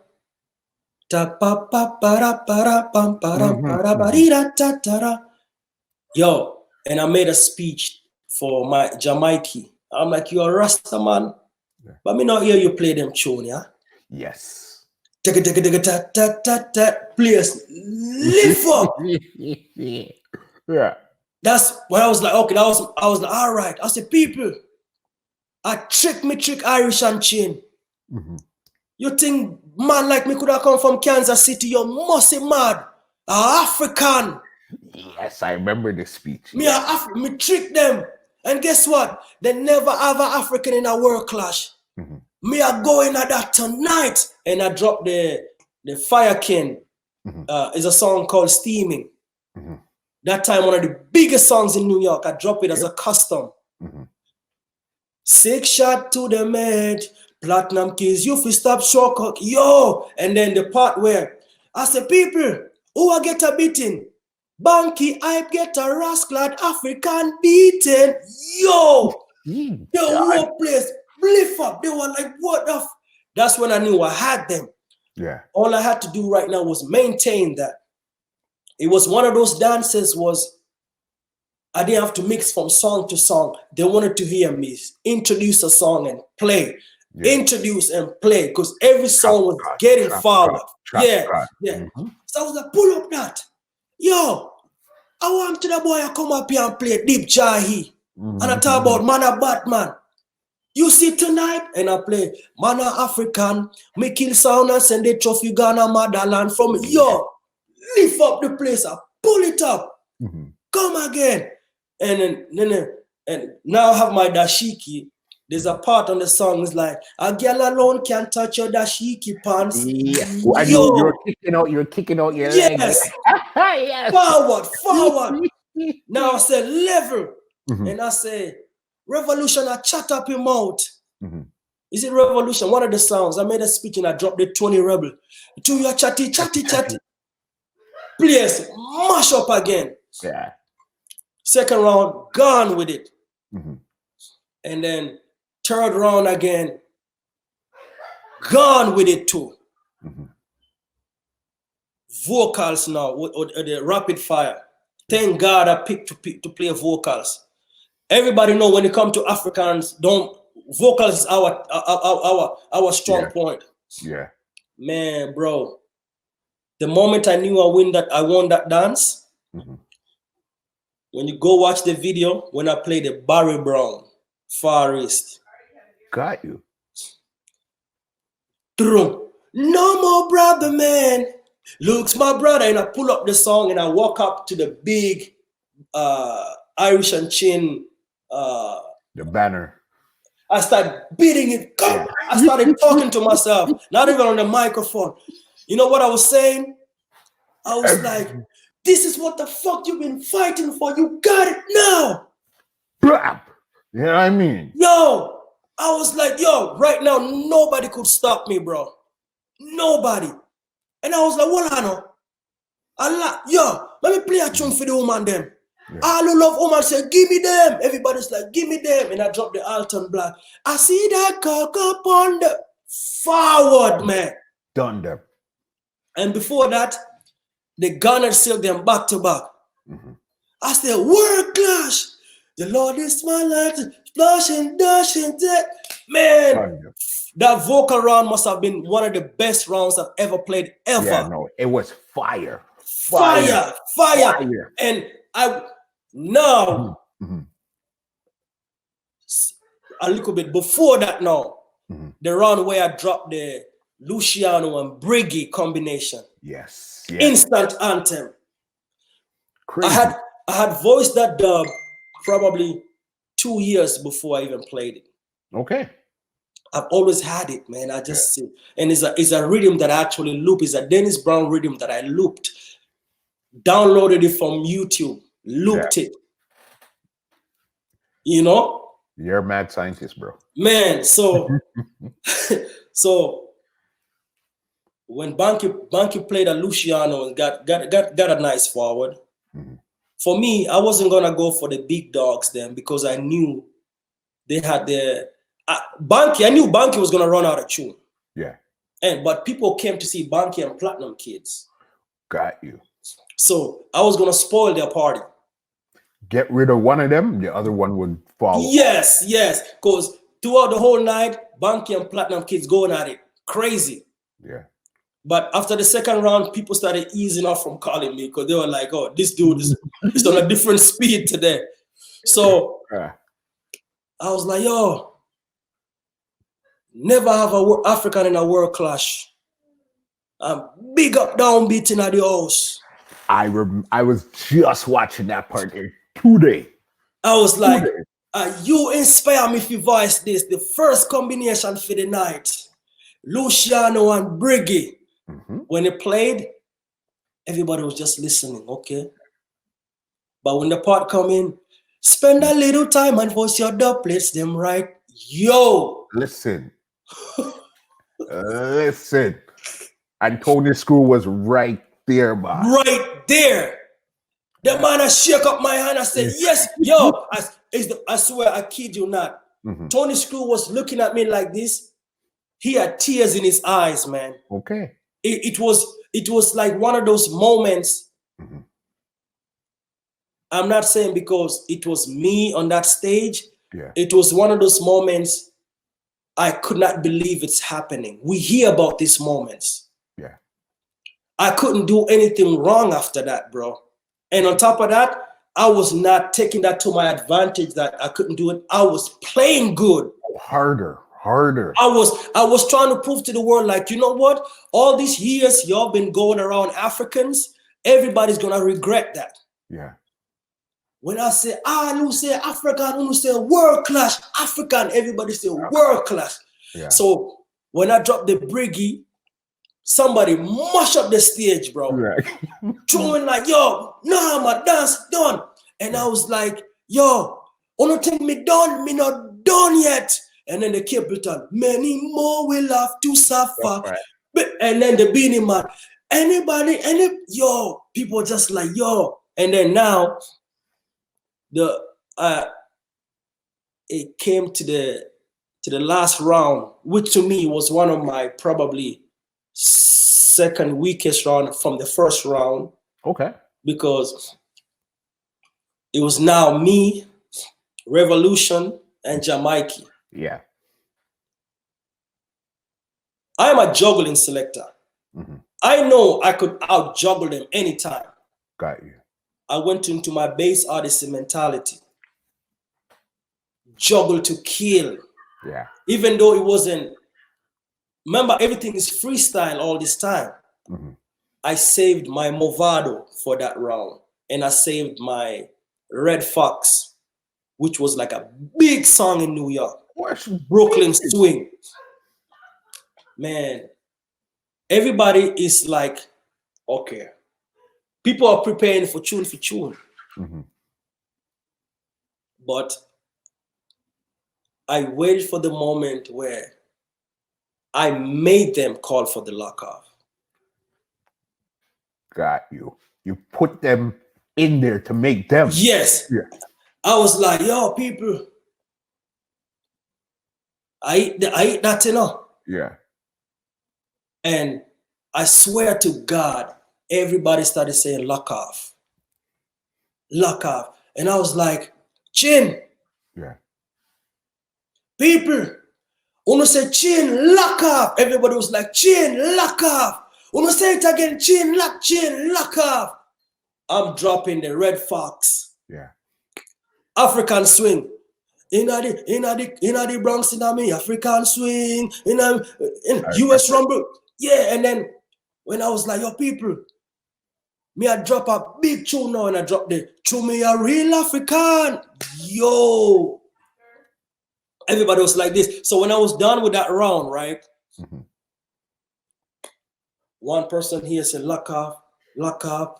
Everybody, lock off. And then it was like, all right. People wanna say now. So Jamaica goes to play.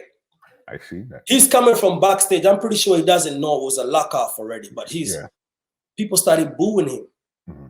He's like, what's going on? It's tune for tune time. Yeah. And Ajax, I guess, went like, yo, I'll say tune for tune on up. Muscle. Nobody put up their hands. I remember. I'll say lock off. Everybody went like this. Funny enough, mm-hmm. the same people that came with Banky and they were all in that. Bro, my heart fell into my stomach. I started tearing up, bro. I seen it. Man, I was like, because me going to this, mm-hmm. it goes back to what I'm telling you. I was going for the impact. I'm not going for the win because the win is good. Everybody wants to win, but I want the impact. Just in case I don't win, I want to be able to be booked again, bro. Smart. You know, so, but it came with a plus as well. And Chin, I remember Chin looking at Drew, and Drew was like, it's a lock off, bro. Yeah. Bro, I never thought in my life it was going to be a lock off. I just went up there, and over the years of practicing and learning, and I listened to every audio out there. I listened to every interview out there. I love this thing. Yeah, I could tell. Like, I know this. I know this. I want to learn so much, even to a point whereby when I get on that stage, nothing is gonna fly over me. Mm-hmm. Man, after that night, I'm like, damn, I just won.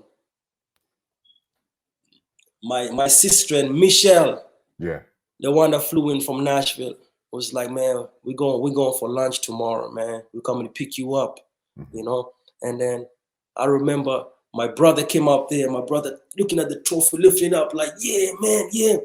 I'm still like teary, like really like weak, because there was a time I jumped from the stage and I almost broke my leg.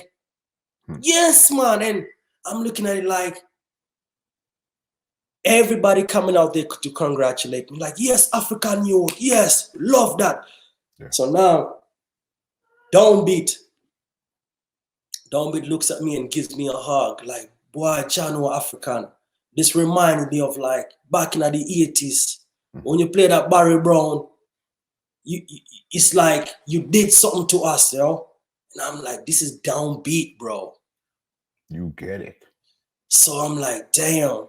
I didn't know what I did that night, to be honest. Okay. So people started sending me videos on my WhatsApp. Man, I'm seeing different angles of my forwards. And I'm like, yo, this is crazy, man. Yeah. So that's that. And Platinum Kids, even everybody that was on that dance, everybody, like the sounds came and congratulated me and said, yeah, man, big up yourself. You're not, respect. And I was like, yo, so this is how the game is really. Now my mind is thinking World Clash now. And I started preparing for World Clash right up the next day. Of course, because clearly your mind, you always have a plan. And that's why it seems like you always seem to be doing super good in all of these. Where again, it's like what I find with you, you're right. You always have an impact. You might not win all the time because it seems to be in tune for tune is where you falter. If you're going to falter, that's where you always get down to. But the impact is always there. Just like another clash that was in Guyana the other day. Yes. Again, when you read all the comments, it's the African. To me, I swear to God, I thought you won until I watched part 5. Yeah. You're like, you didn't win. But all the comments are just talking about you. Talk about it's the impact that you bring. I definitely have to get a different approach of going to tune for tune. And I'm still I'm a student and I'm learning. But at the same time, I don't think, as people say, that I don't have the dubs for tune. It's just I'm always because I was in a tune for tune in Bermuda. I was down 4-0 and I won. Okay. Versus Young Guns. good son from Bermuda. Yeah, man, bad. It's a port like the Guyana one. You're not gonna beat that guy over there. That guy has groupies on top of groupies, man. Like it's just not gonna work. It's not gonna work, you know. And it is what it is, you know. And Jamrock Cruise, I felt like definitely Warrior had the advantage, but what I didn't like after that is let's go one-on-one and make some noise. I think some promoters approached him and he was like, I have this, I have that, I have that. Oh, cool, no problem. What?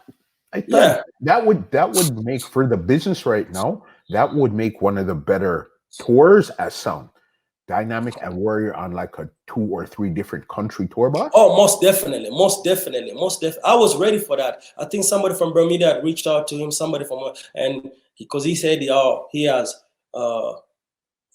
the Sumfest clash, and he also had some other clashes that he's dealing with. I don't think he really saw or understood how big a one-on-one versus me would have been. You guys are the perfect matchup. You guys are 2 non-Caribbean sounds. You guys are both hot. You guys are both heavy, and you guys both know how to bring the entertainment. Right? Yeah, man. And even with that, I definitely give him his winnings, because from that night is when I linked up with Jack Scorpio. That's where we're going next. Yeah, boss. Because going to Jamaica, I actually got on the ship in Jamaica. Okay. Yeah, because it was so sold out that some people had to get on it from Miami and go get off in Jamaica, and other people get in and come back with it. Didn't know that. Man, it was man, first time on a cruise, man. Walking into the ship, the first person I saw coming out is Jack Scorpio. This man that you've listened to on cassette, seen him on video, seen him, because you know he's the original stage god. You know that, right? Yes, man. Okay. He doesn't know me. I know him. I was like, yo, Father Jack, wagwan. Yes, blessing. I said, Armenian, African. Yo, are you everybody at talk about? Are you going to win it, you know? So go and do your thing, sir. You know, the African, like you said earlier. The African, yep. Are you everybody at talk about? Yeah, man, go and do your thing with them, man. Go check out, and that everybody come forward for, you know. We come for the clash, you know, we see what go on. And then doing the clash, man. You know, when you watch the clash, right? Yeah. We went to do sound check. And before that, Chin is going around the cruise asking, so who do you think is going to win? Boy, nobody's saying my name, you know. 90% of everybody saying Mataron. Because that's his type of environment. Yes, everybody saying Mataron. And like I said, when I'm around people, I'm just quiet. I'm just chilling, you know. I was observing everything. So Mataron came up to the cafeteria. He had like laptop problems or something like that. And I don't know if it was real or not. I think he was trying to intimidate, whatever. Mataron was talking throughout this whole time. Yo, I'm going to kick up everybody. Yo, I'm going to do this. I'm going to do that. I'm going to do that. I was like, in the back of my mind, I'm like, I'm going to slap the shit out of Mataron today. You know what I mean?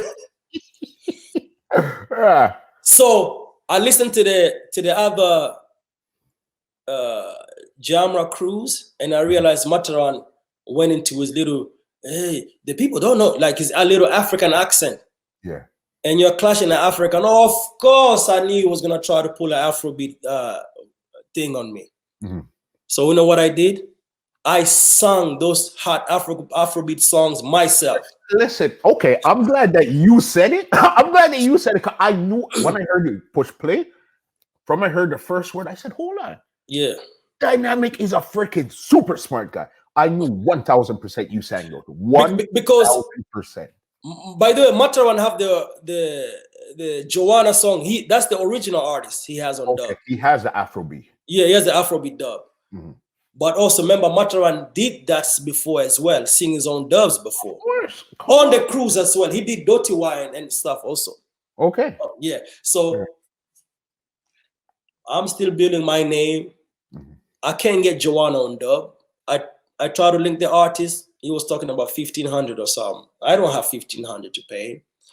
I was like, yo, fuck it. I'm gonna sing this shit myself. 1,000%. Man, so Lion King song, that's obvious. People need to understand Jamrock Cruise fans are experiencing Clash for the first time. On that's like probably the only Clash experience. They hear about it, but they don't know the feeling to be in it. Now, when you hear them introduce me, we did a sound check, right? Yeah. Mataron came up there. Everybody's giving their own control. Okay. And I picked the one over there because I'm right-handed and I want to go run like this, Smart. And I was like the first person at sound check. They were like, oh, sound check is in 30 minutes. I was like, I'll wait over here. Yeah. Chilling, relaxing. I'm in a cruise with nobody by myself. So I'm not going to link up with anybody. I'm just chilling. Then we did sound check. When I played, the sound sounded good. I was like, damn, this is it right here, man. So the Clash start and I picked to play first. Yeah. I was like, fuck, man. Yeah. So I don't know anybody on the cruise. So I'm like, okay, let me go change. So I'll go backstage to change, I don't have anybody to hold my bag.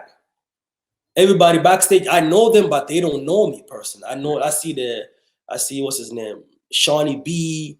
I'm not about to tell Shawnee B to hold my bag for me. I see Steely Bushman. I know them, but they don't really know me, Yeah. So there was this one girl sitting there. I was like, can you please hold on to this? Well, yeah, man, no problem, man. That's where they were like, all right, Dynamq. They called me like 3 times. And I walked up. That's why they couldn't really find me. And I walked up there.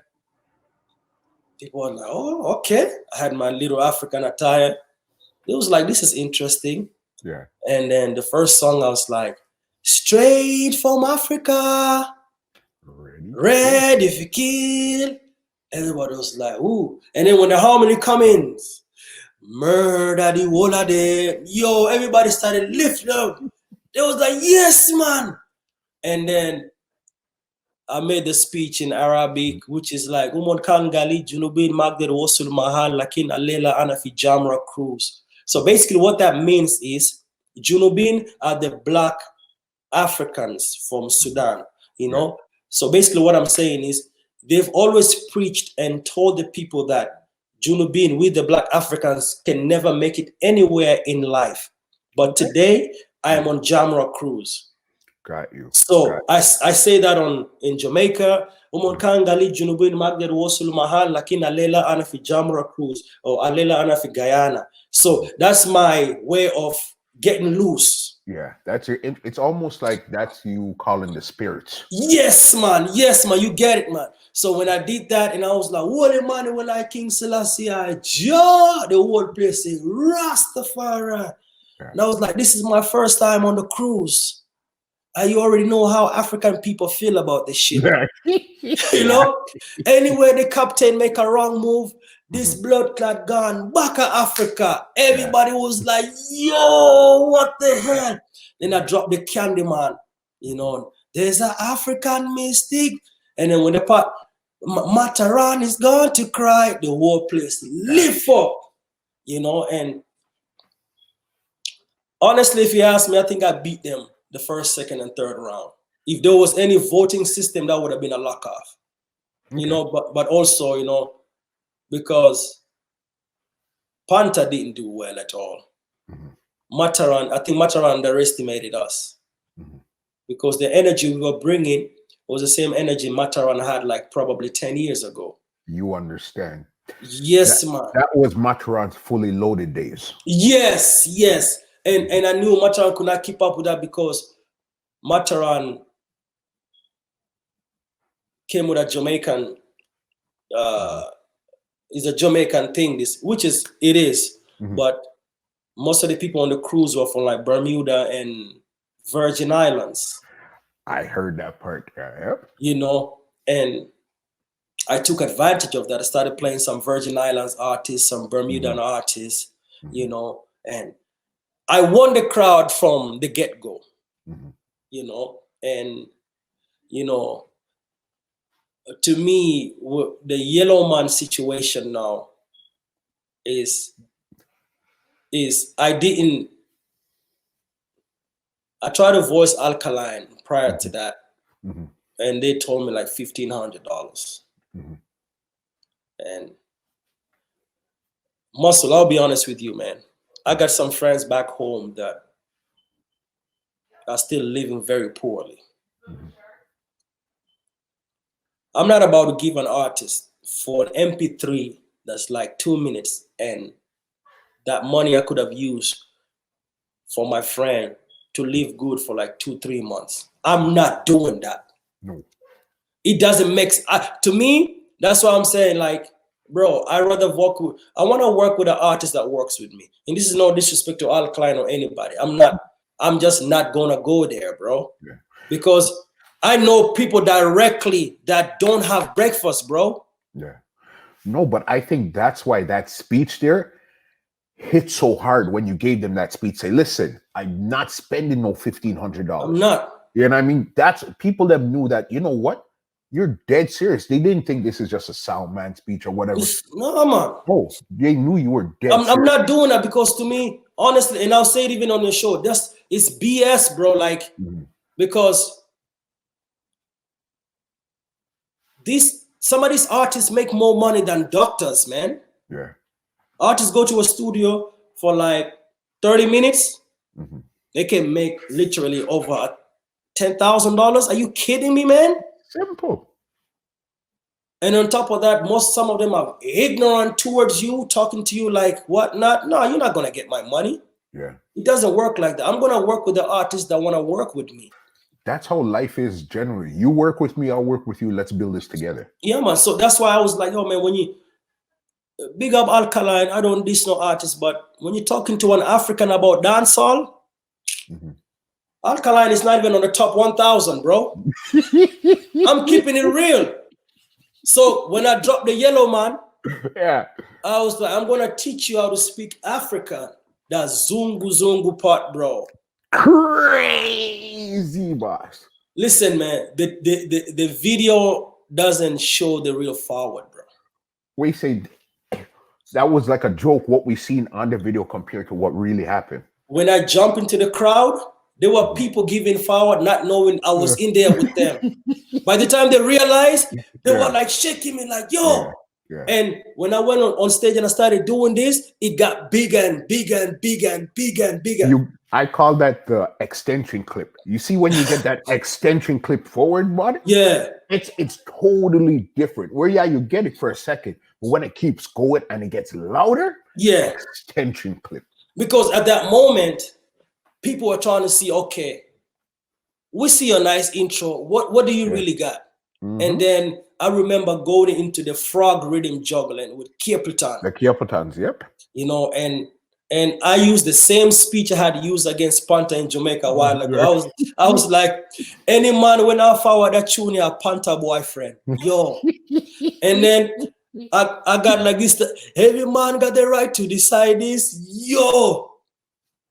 Place was like wasi. Yeah.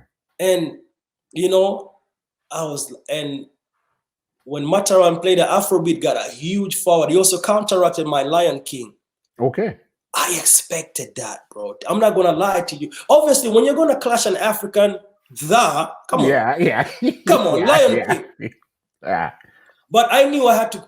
So when he played the Afrobeat, that's when I was like, yo, you think I'm gonna come from Africa and don't play Afrobeat? You must be mad, man. We're set in this space here?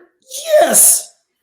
And I'm looking at the crowd. Guess what? A lot of people from the Virgin Islands, a lot of people from Bermuda, a lot of people from all over. And I started bigging up Bermuda. You know, I did it with a way whereby I don't have to say big up Bermuda. I just started calling out their names. Yeah. Bermuda. Yeah. This, that. Yes, yeah. They were like, yes, we here. Yeah. So tune for tune now, I felt like Mattia got a momentum from Mataron not doing good the last round. Got you. Because Mattia played last, right? So remember, I played, and then Panther was there, was gone already, and then now Mataron, he didn't really do too good. Because to me, I was expecting Mataron to go on his fully loaded days, because now this is the time he's about to school us, the young youths, which he could have done easily, you know. But I don't know what happened, and it was just like, damn. So Mattia came and capitalized on that. So going to tune for tune, it definitely had the momentum. Got you. And it wasn't really that I wasn't playing a big tune. I wasn't able to answer him because when I play, he play, they judge it. Right? So that's when I was like, you know what? I got an idea for tune for tune. This way after the dance. I was like, let's make it whereby when Muscle play first, I answer him. Then the second round, I play first, and he answers me. Got you. So it's always revolving. Because what happens now, the crowd get into that zone whereby you play this. So you really gotta play a crazy tune out of this world. Yeah. Or like a custom. Yeah. And that, as far as Dynamq is concerned, because people are always gonna listen to what does he got to answer you with. Yeah, it's almost like they're waiting for the counter. Okay. Yes. They're always waiting for the counter. What's the and counter? And it's not necessary, because the funny thing, and it's not necessarily that I didn't play big tunes either. Because what I play Bob Andy, I play Sugar Minor, I play Third World, I play some big tunes, you know. Of course, they're big songs. So when people say, "Oh man, I gotta work on my tune for tune speech," I know that, because you gotta. And I learned that quick, because 2-3 weeks later, that's when I buck up with Jack Scorpio and Rebel Salute. I remember I played first. Yeah. And I flipped it around. Yeah. And then now, between us playing, there was nobody to judge. So I was like, okay, now I'm getting it. I'm getting the swing of it, you know? Because, and the funny thing, after that dance, King James was supposed to clash Black Scorpio on the Dynamq cruise the next day. So King James didn't make it. Yeah. So Jack Scorpio invited me and Warrior to come and juggle alongside him the next day. He was like, yo, you don't go on wicked, man. Just me supposed to clash Jamie, but you don't know Jamie run. No, Black Scorpio. Yeah, man. As always, Jamie's always run. I don't know why him run. Him afraid of me like that. Him afraid of me, man. That's how Jack is. Jack's hilarious, man. He's hilarious. Yeah. So he was like, yo, just forward and make me play some tune, man. And then Matty, I guess, he didn't wanna do it or something for some reason. He just he said he's good. And I was like, man, I'm not missing an opportunity to play with Jack Scorpio. I must be mad, man. You know? So I went up there, and Izzo from Soul Supreme was the one mixing for him. Okay. Yeah, man. And that's the night I learned a lot. I'm like, damn. He was like, right now, people, may I go play some Black Scorpio tune, some tune when we produce and send to the world, you know. And he started playing songs that he produced. I was like, what? Yeah, man. He started off with Dennis Brown, Friends for Life. I was like, you produced that? That is crazy. Bro. Yes, bro. I was a student learning that day. Yeah. So I came in and played a little bit crazy. I'm on stage juggling, right? Jack Scorpio, Jazzy T, Specs, like these big selectors are like, yes, celebrating me, basically. Bro, best feeling in the world, man. Crazy. Best feeling. And I'm sitting there like, man, I made it, bro. Yeah. So Jack linked me and we exchanged numbers. He said, yo, I love how you go on, just keep doing your thing and whatnot. And throughout the whole ship, African. So now Rebel Salute was the next month in Jamaica. And Tony Rebel's cousin had met me on the ship. Okay. He was like, yo, he has an English accent. He lives in UK. It was like, I'm Tony Rebel's cousin, you know, and You know, I'm like, yo, Tony Rebel's my friend. What are you talking about? Yeah, man, Tony Rebel. We doing Rebel Salute next month.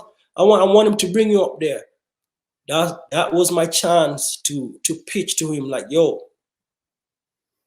don't play a thing, you know, up on the Rebel Salute, you know. People don't even know that. No idea, boss. Mind you, this whole time I'm trying to tell Tony Rebel, me, I come up there if you just juggle. He say, yeah, we see what I go on. But now after the cruise, Tony Rebel calls me like a week later. Mm-hmm. He was like, Kennedy, because you know that's my real name, Kennedy. Yeah. Everybody in Jamaica's talking about you, man. I'm like, man, hey, man, I think it's time. I'm like, oh, man. He was like, yo, let's bring this thing on Rebel Salute. What do you say? I was like, man, yeah. So he was like, who do you want to clash? I'm like, nah, man, let's not do a clash because it's a Rastaman thing. Yeah. Let's do a dubplate showcase. Let's showcase some dub. Oh, I like that. I still have the voice notes too. I like that even better. Yeah, man. He was like, I'll talk to my friend Jack Scorpio. In my mind, I'm like, damn, Jack is about to whoop me over there. So he linked me back and he said, yeah, man, Jack Scorpio is good to go. You're good to go. So we're gonna label it the first ever dubplate showcase on Rebel Salute in 26 years. You guys are the first sounds to do it. Muscle, listen to me, man. I was like, what? Yeah. It started sinking in when I was at work. And I'm like, man, dude, I grew up watching Rebel Salute, bro. You understand? Listen, you know this. And I'm like, yo, this is crazy. Then he sent me the flyer. Sean was the Rebel Salute flyer, Dynamq, right in the middle with Jack Scorpio. Bro. Crazy. Everybody's telling me, Bombo Clot. Everybody's saying, wow. And I'm like, we are talking about was a dubplate showcase. Yeah. You think Jamaicans come up there to hear? No, man. So, but I didn't want to be the one to boost up the war, you know. Yeah. So when I went up there, I have my ears out and I'm listening. People say, yo, so are you the African? Boy, me I tell you, Jack Scorpio, ready for you. And man, them a foundation. You bet, yo, make sure you ready, you know, little boy. And this is like big artists, big band members. I go backstage Rebel Salute, crazy experience, man. There's a big screen. People actually watching what's happening on stage. Okay. I turn like this, Jamaican Prime Minister. God. At Rebel Salute, doing interviews, talking. I'm looking like artists all over the place, man.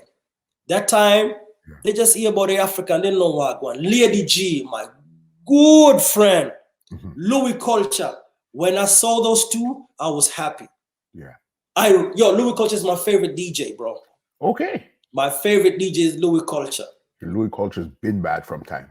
Been bad. I don't think he get the respect he deserve, you know? No. Lady G is a sweetheart, man. Lady G, my good friend. Lady G came and gave me a hug. Said, baby, you got it, man. Go and do your thing. Lady G is a big fan of Dynamq, bro. Okay. Crazy. Yeah, like, so I'm like, okay. And it started raining, bro. It started raining like crazy. And Mortimer, you know, Mortimer, the artist, is performing and it's raining. And we were supposed to clash at 11:30. Okay. So I see them started covering the speakers. Like, man, I guess we're not gonna clash, man. So, and then it stopped raining, and then they were like, we're gonna keep the stage show going because we don't know how people are gonna react to you guys, and we don't know what you guys are gonna do. So what we're gonna do, we're gonna bring the mood back a little bit, and then you guys forward in. Man, Hopeton James come up there, bro. Yeah. The first song, it's hard to build a better nation. Mush up the place, man. Okay. Hopeton James. Next thing, 20 Tough. Well, mush up the place. I'm like, damn, man. And I'm right next to the stage. I'm like, yo, this is crazy. So they were like, yeah, man, right now, this is the moment we all been waiting for. We're going to bring up special guest MC to deal with it. Here comes Muta Baruka. Bro, Muscle, all this time, I'm in like dreamland, bro. Oh, 1000% agreed, bro. I don't know what the hell is happening. Like, what? Jack Scorpio up there, like, yo, bro, Africa, you ready? Yeah, man. Yo, what, brother? Make sure you ready, you know, because Jamaica this, you know. And I'm like, man. Yeah. So I go up there. I did my first. They told us we're gonna play for 30 minutes. So I thought I'm gonna play for 15, and he was gonna play for 15. That's why I ended up playing the first 3 songs by myself. Yeah, you're right. I didn't know it was tune for tune. So Muta was like, yo, we are doing a tune for tunes. Oh, sorry, so go and play 2 songs. I said, no, man. Then when I played the Yellow Man, Jack made a speech. He was like, how will you make Yellow Man? Yes. That tune that work for you on the ship, but this are not the ship. Yo. Yes. That was my chance to turn that into a little clash. Yeah.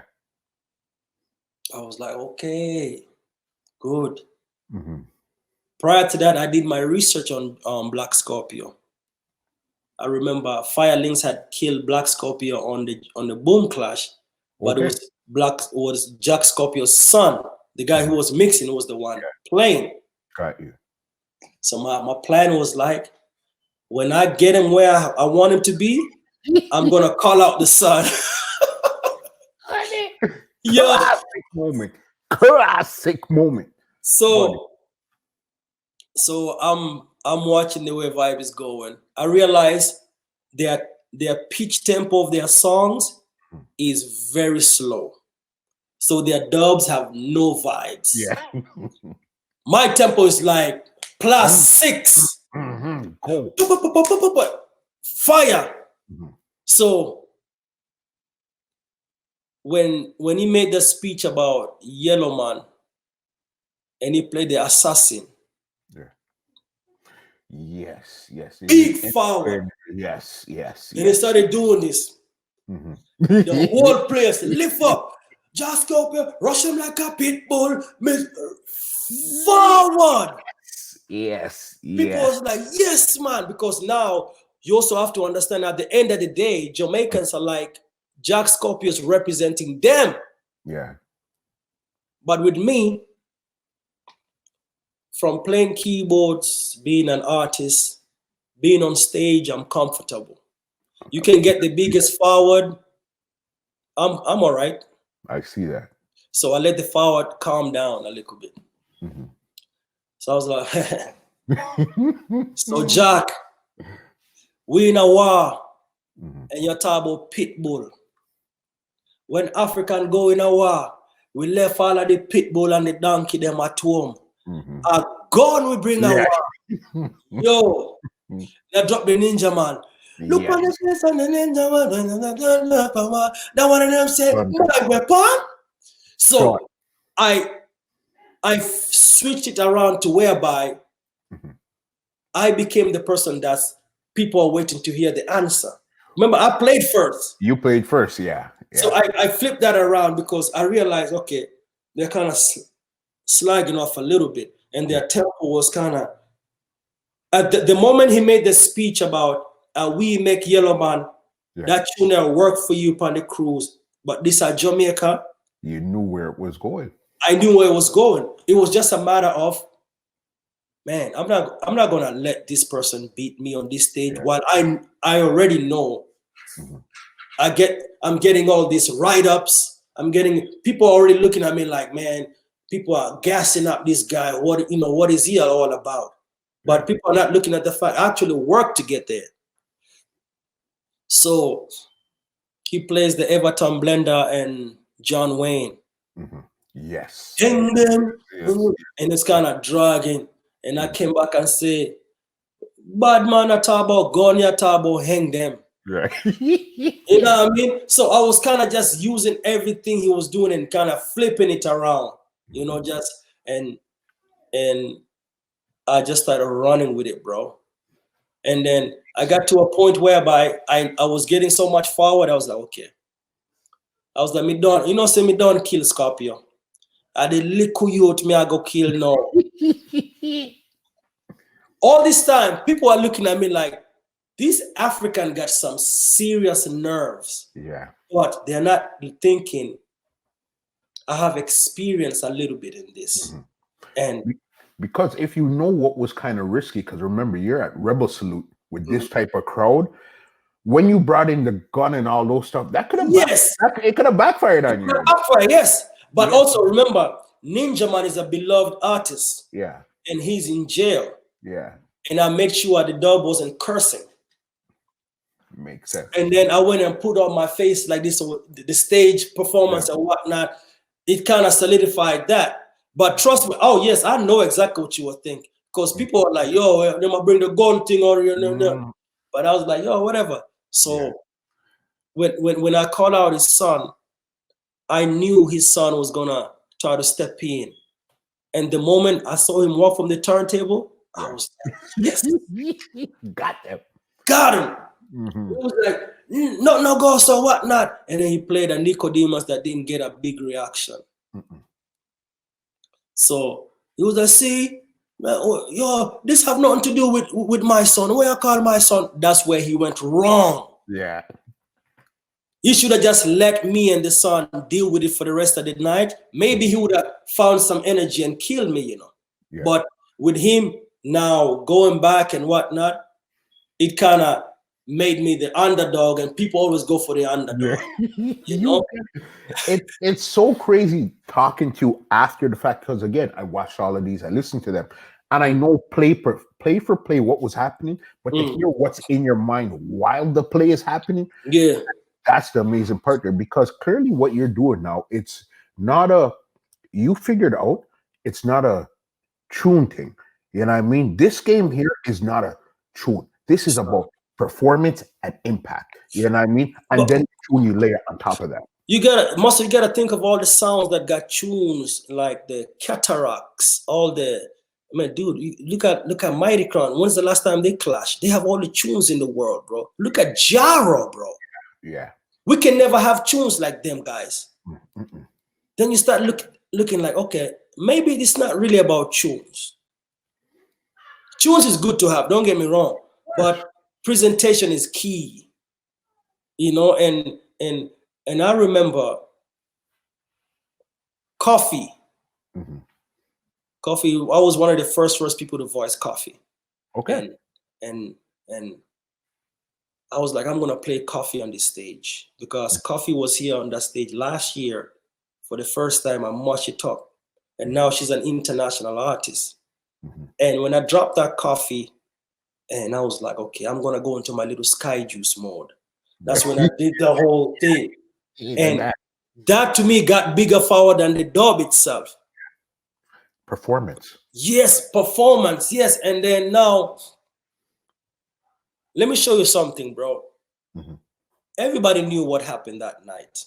But to me, I would have been an asshole and be like, yo, me win, you know. I want to, me win. I'm the one who told Mutabaruka, don't vote. Yeah. Muta will look at me and say, what? I said, no, man, don't vote, man. We're good. Because everybody knew what happened. I wanted to make an impact. Because On Stage was there. Biggest outlet in Jamaica. Media outlet. And all my songs got forward. I'm already a winner. You know, I'm on Rebel Salute, streaming millions of people across the world, bro. Yeah. Like, that's why everywhere I go, I tell them, yo, I'm a refugee. I don't think people really understand what that means, bro. You see, your story is so impactful, boss. You know what I mean? Because again, people, that's why you continue to tell them I'm a refugee and stuff, just to tell them, say, listen, anybody could be standing on this stage where I am right now. Thank you. You get it. That's why I'm saying Anybody that, bro. could be standing right here, right That's now. why I'm saying it. That's why I'm saying it. People are like, I'm not trying to use that to get forward. No, I'm telling you, listen, bro, I am a refugee. Mm-hmm. I'm not supposed to be here. I'm not supposed to be here, bro. But I am. Muscle, let me tell you one thing, bro. I'm not even going to talk much about this. Mm-hmm. You see, growing up in refugee camps, half of these people will not make it out of there, bro. I got you. We literally sleep with one eye open. Mm-hmm. You don't know if you're going to wake up in the morning if you close your eyes. You don't know where your next meal is coming from. This is not just talking, bro. We used to wake up in the morning and literally go look for a place to take a shit, bro. We used to eat like these birds. That was our meal. We go hunt for birds and eat them, bro. You see a man come out today with like with his hand with like 10 birds, selling them. Yeah. You know what I mean? I'm not gonna hide and talk, man. We have to find a way to leave. Yeah. You get in the bus from the refugee camps going to the city. The bus had like 30 people. By the time it gets there, it has 5 people. Because these people called the shifters, which the world now knows them as the Somalia pirates. Got you. And man, them used to trouble us, brother. They used to kidnap people and shoot them in front of us. You know how much people are seeing that get killed in front of us, bro? Brother, I tell you, man, that's why when you see me cry at US Rumble, man, listen to me. You start reflecting like, bro, you're not even supposed to be here, man. That's why I'm telling you, Dynamq, I felt that on a completely different level. I'm talking outside of sound. I'm talking as a human. I felt that to my core because I knew what was going through your mind when you were holding that trophy. I'm not supposed to be here, boss. Bro, it's crazy because my brother that day, that was the first time my brother come into any of my clashes. And I told him, bro, whatever you do, I want you there. Yeah. Some spirits told me something special was going to happen. Yeah. Something. And when my brother was there, it's my big brother, my blood brother. Yeah. He looked at me and was like, man, so you've been doing all this without me even, you've been going through all this by yourself? Right now, you can't tell my brother nothing about Dynamq sound. Yeah. My brother will fight you. Yeah. My brother is the biggest Clash fanatic ever. He started realizing, yo, I'm not going to leave my little brother out there on his own. Sometimes my brother will hit me up like, yo, check your bank. I put some money in. Go get some dubs. Whatever you can get, go get it. Yeah. My blood brother, yo, that's the best feeling in the world, bro. Come on, bro. And it's just to see what you've been doing and how you really make that breakthrough. And a lot of people think it's an overnight thing, bro. It's not, man. 13, 14, 15, 20 years in the making to get this 1 year that's been going on so good. This 2 years that's been yes. And to me, I'm not gonna let nobody stop it because I am one of many, bro. Yeah. Not only in Africa, in Canada, bro, let me tell you the craziest thing, right? Prophet from Super Fresh. Yeah. I told Prophet, bro, get on Canada Rumble. I said, brother, that stage is not bigger than, no sound is bigger than any stage in this world. Get on that and do your thing. Because the way the business are going right now, if you're not making no noise, you're going to be left behind. You don't exist, bro. And I'm not saying that I told him to go in there, but I kind of was like, yo, they started seeing what it can do. Yeah.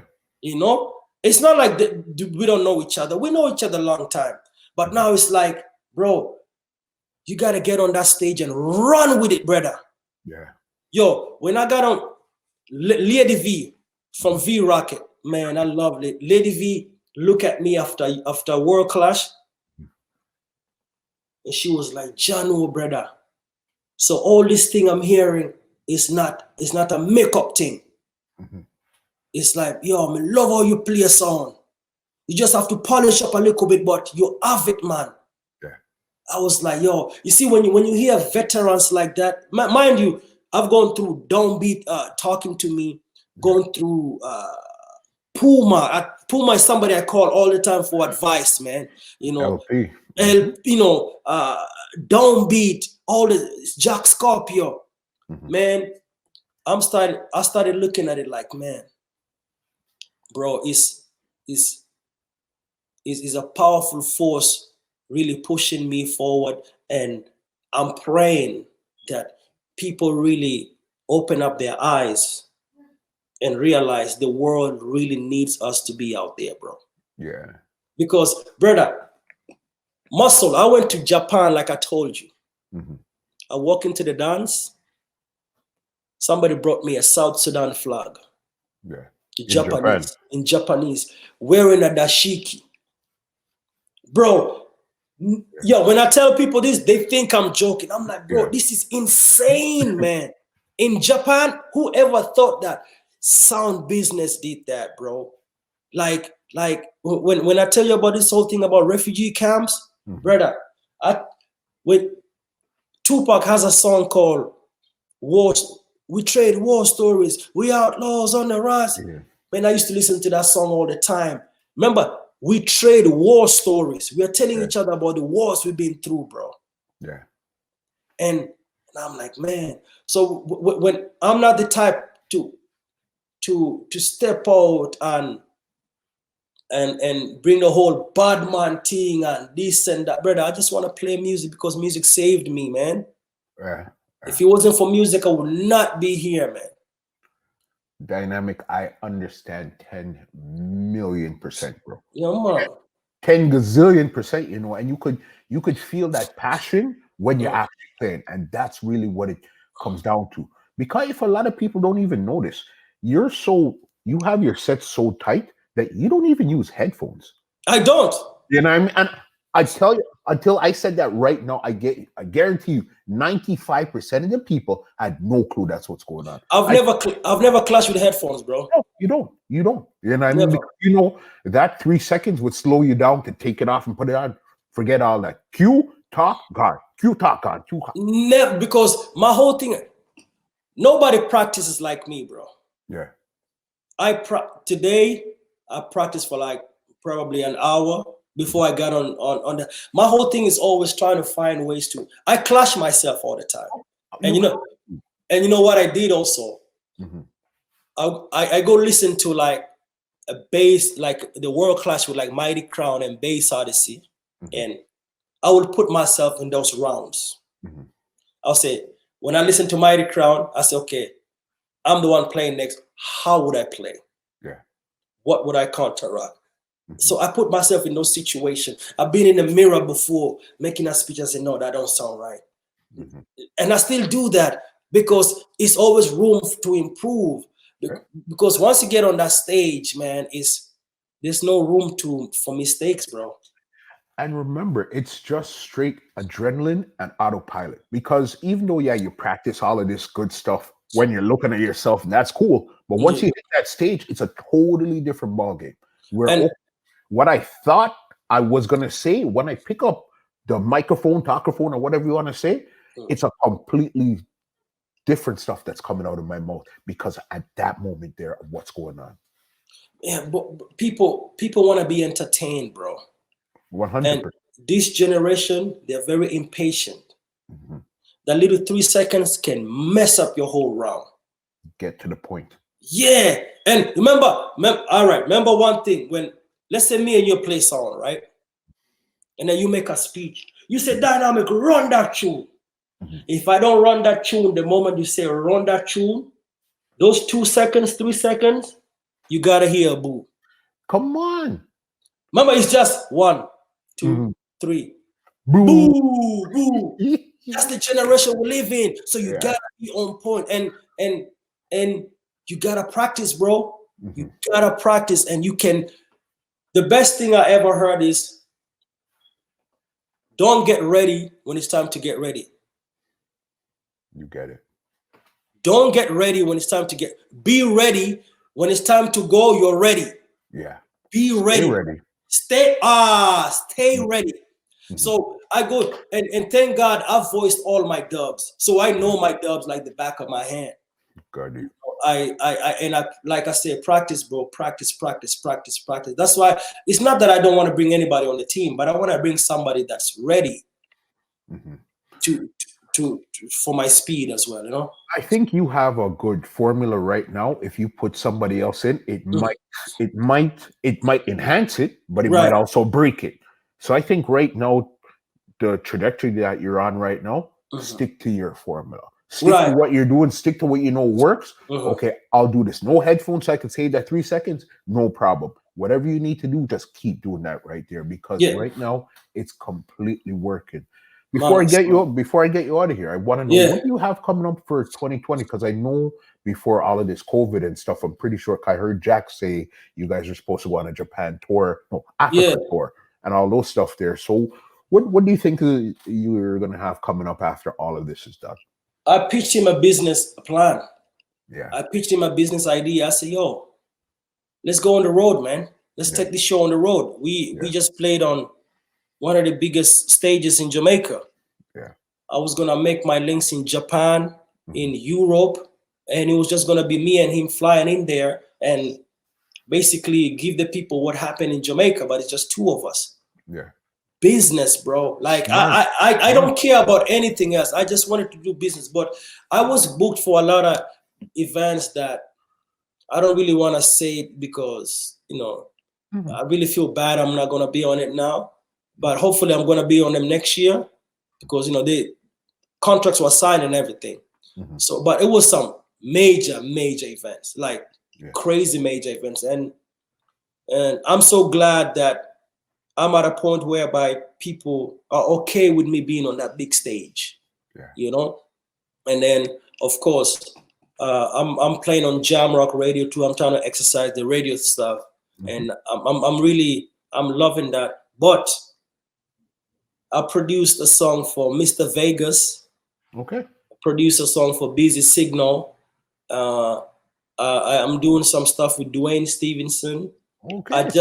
Bro, it's like you say, this quarantine is not gonna stop my hustle, man. I'm constantly in the studio working, you know. Yeah. And like I honestly 2020, I kind of scratch it off already, man. It's gonna be a while before people really get comfortable around everybody. Yeah. And that's really gonna take a miracle for people even be together somewhere. So for right now is I'm doing some production. There's a choir from Kenya that I just voiced on my new rhythm. And because the gospel market is huge in Africa, crazy huge. Beyond. Thank you. And I'm a business person, so you don't have to tell me that at all. So you know, I'm like, I reached out to this. I saw them on Instagram. They were doing this song, and I'm like, man, you guys sing reggae? I was like, yo. I wanna produce that song for you guys. I wanna lick back over the rhythm and do it. They were like, yeah, cool. This was like probably a year ago. They just sent me the vocals last week because they're in the village. It's like, you know, we had to get it right, and I kept sending them the rhythm, and finally we got it right. And I got this. It's a rhythm that's gonna feature just local artists from Africa. Yeah. And because I want to use the platform I have right now to push those great African artists that are very talented, by the way, you know, to kind of share the spotlight with them and let them do the thing. And then last but not least, I grew up in a place called Kawangware in Nairobi, right? So next to us, there's a place called Dagoretti. And there's this female rapper, sick. Her name is Murasta. Okay. But she's like probably 20 years old. When she raps, you would think she's from New York. Gangster, like a young little Kim. Okay. And she's actually an MC for a sound down there in Kenya. Yeah.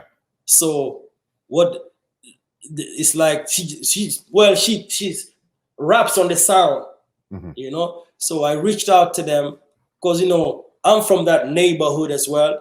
And to me, I'm the guy that made it. So when I reached out to them, and what's so crazy, I started introducing her to what a dubplate is. Yeah. It didn't take me less than 30 minutes for her to understand. And so I was like, send me the lyrics for your song, and I'm gonna send you back how I want you to do it.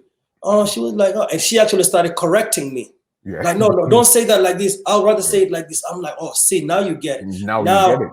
She's going to the studio for the first time to voice her first dubplate next week, and she's gonna voice it on one of our beat, of course, and do a video. And I'm definitely gonna send it to you. Maybe you can even showcase 100%. it. First time doing dubplate.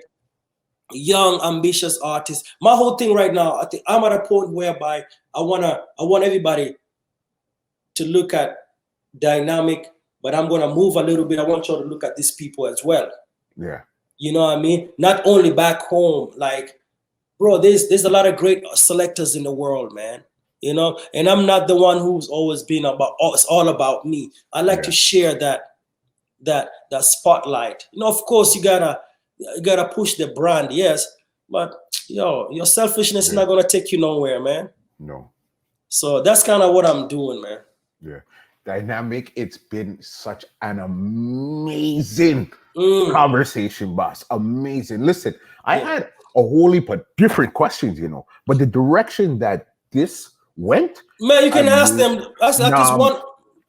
I'm 1,000% satisfied with, because really what I was looking for, because we talked to a lot of people. Yeah, I seen when you were on with Polly earlier, you were in your Joker mode. Man, you were killing. Your Jerry Springer mode is crazy, especially when you bring out the beer, buddy. I don't know what you're doing with the beer.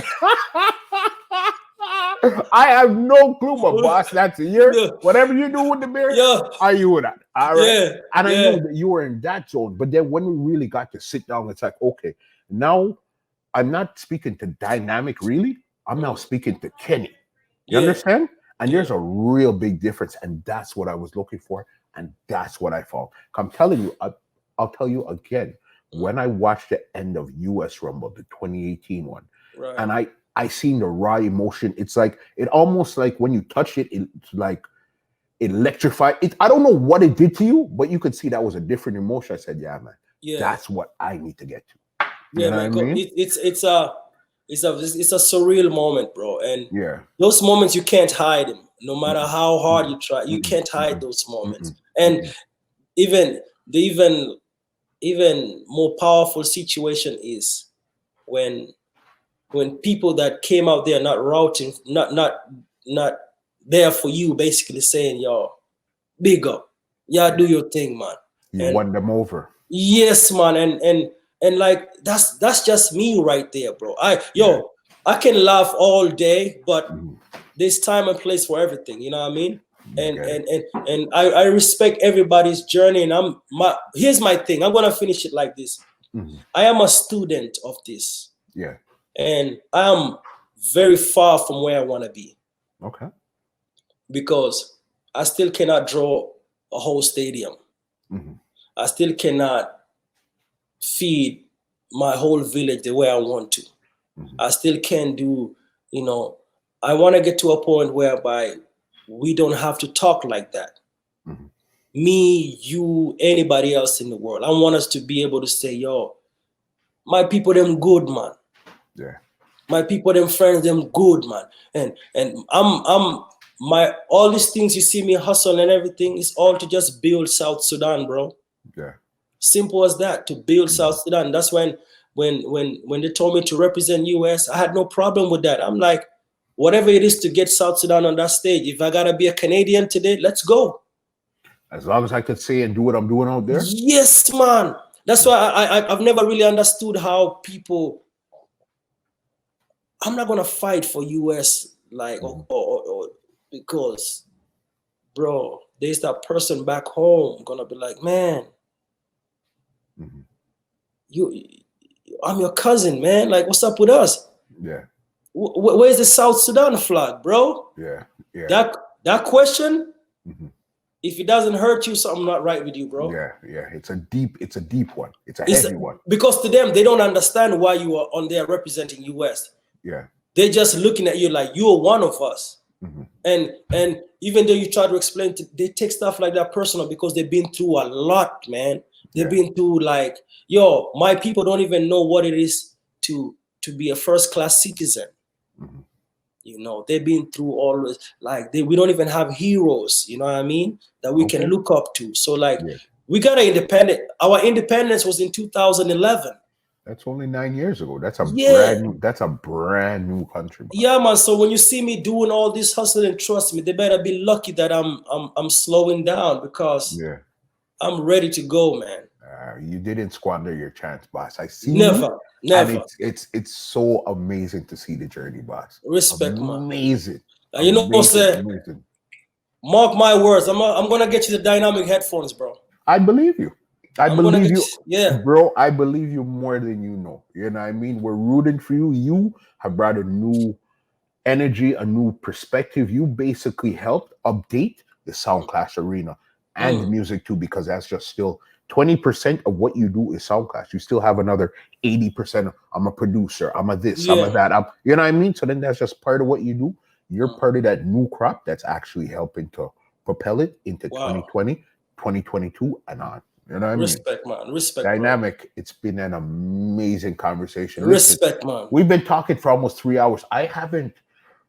The only person I talked to for this long was Specs, and we did it in 2 days. I've never sat down and spoke to somebody once straight for 3 that is hours. crazy. No. And there's more to be talked about too. That is crazy. We didn't touch. No, I'm telling you, I had a different set of questions, but it's just where the interview went. I said, no, man, I like where it is here. So we definitely got to catch up again. You know what I mean? In the meantime, leave your contacts where people can check out anything you're doing. Yeah, man. Dynamq on social media, Facebook, Instagram, Twitter, DYNAMQ, just the way it's written right there. Yeah. At Dynamq. And then I have dynamq.com, and I have my merchandise, Ruka, RUKA, is my little clothing line that's gonna be coming up with. And yo, it's 2020 really dealt with us wicked because this is the year I was gonna take the first ever Sound Fest to my country, right by the River Nile, the Great River Nile, you know? Okay. Yeah, man. But you know, maybe it's time for me to prepare even more for 2021, you know? You understand. We're going to go back to see where the crocodile came from. Oh, yes, of course. The River Nile, man. Dynamq, thank you so very much, my brother. Respect, bro. Yeah, big up yourself, stay safe and all that. Well, ladies and gentlemen, this is Muscle, and this has been another Two Line Music Hut's Entertainment Report podcast, and we are out. This podcast is brought to you by www.twolinesmusichut.com.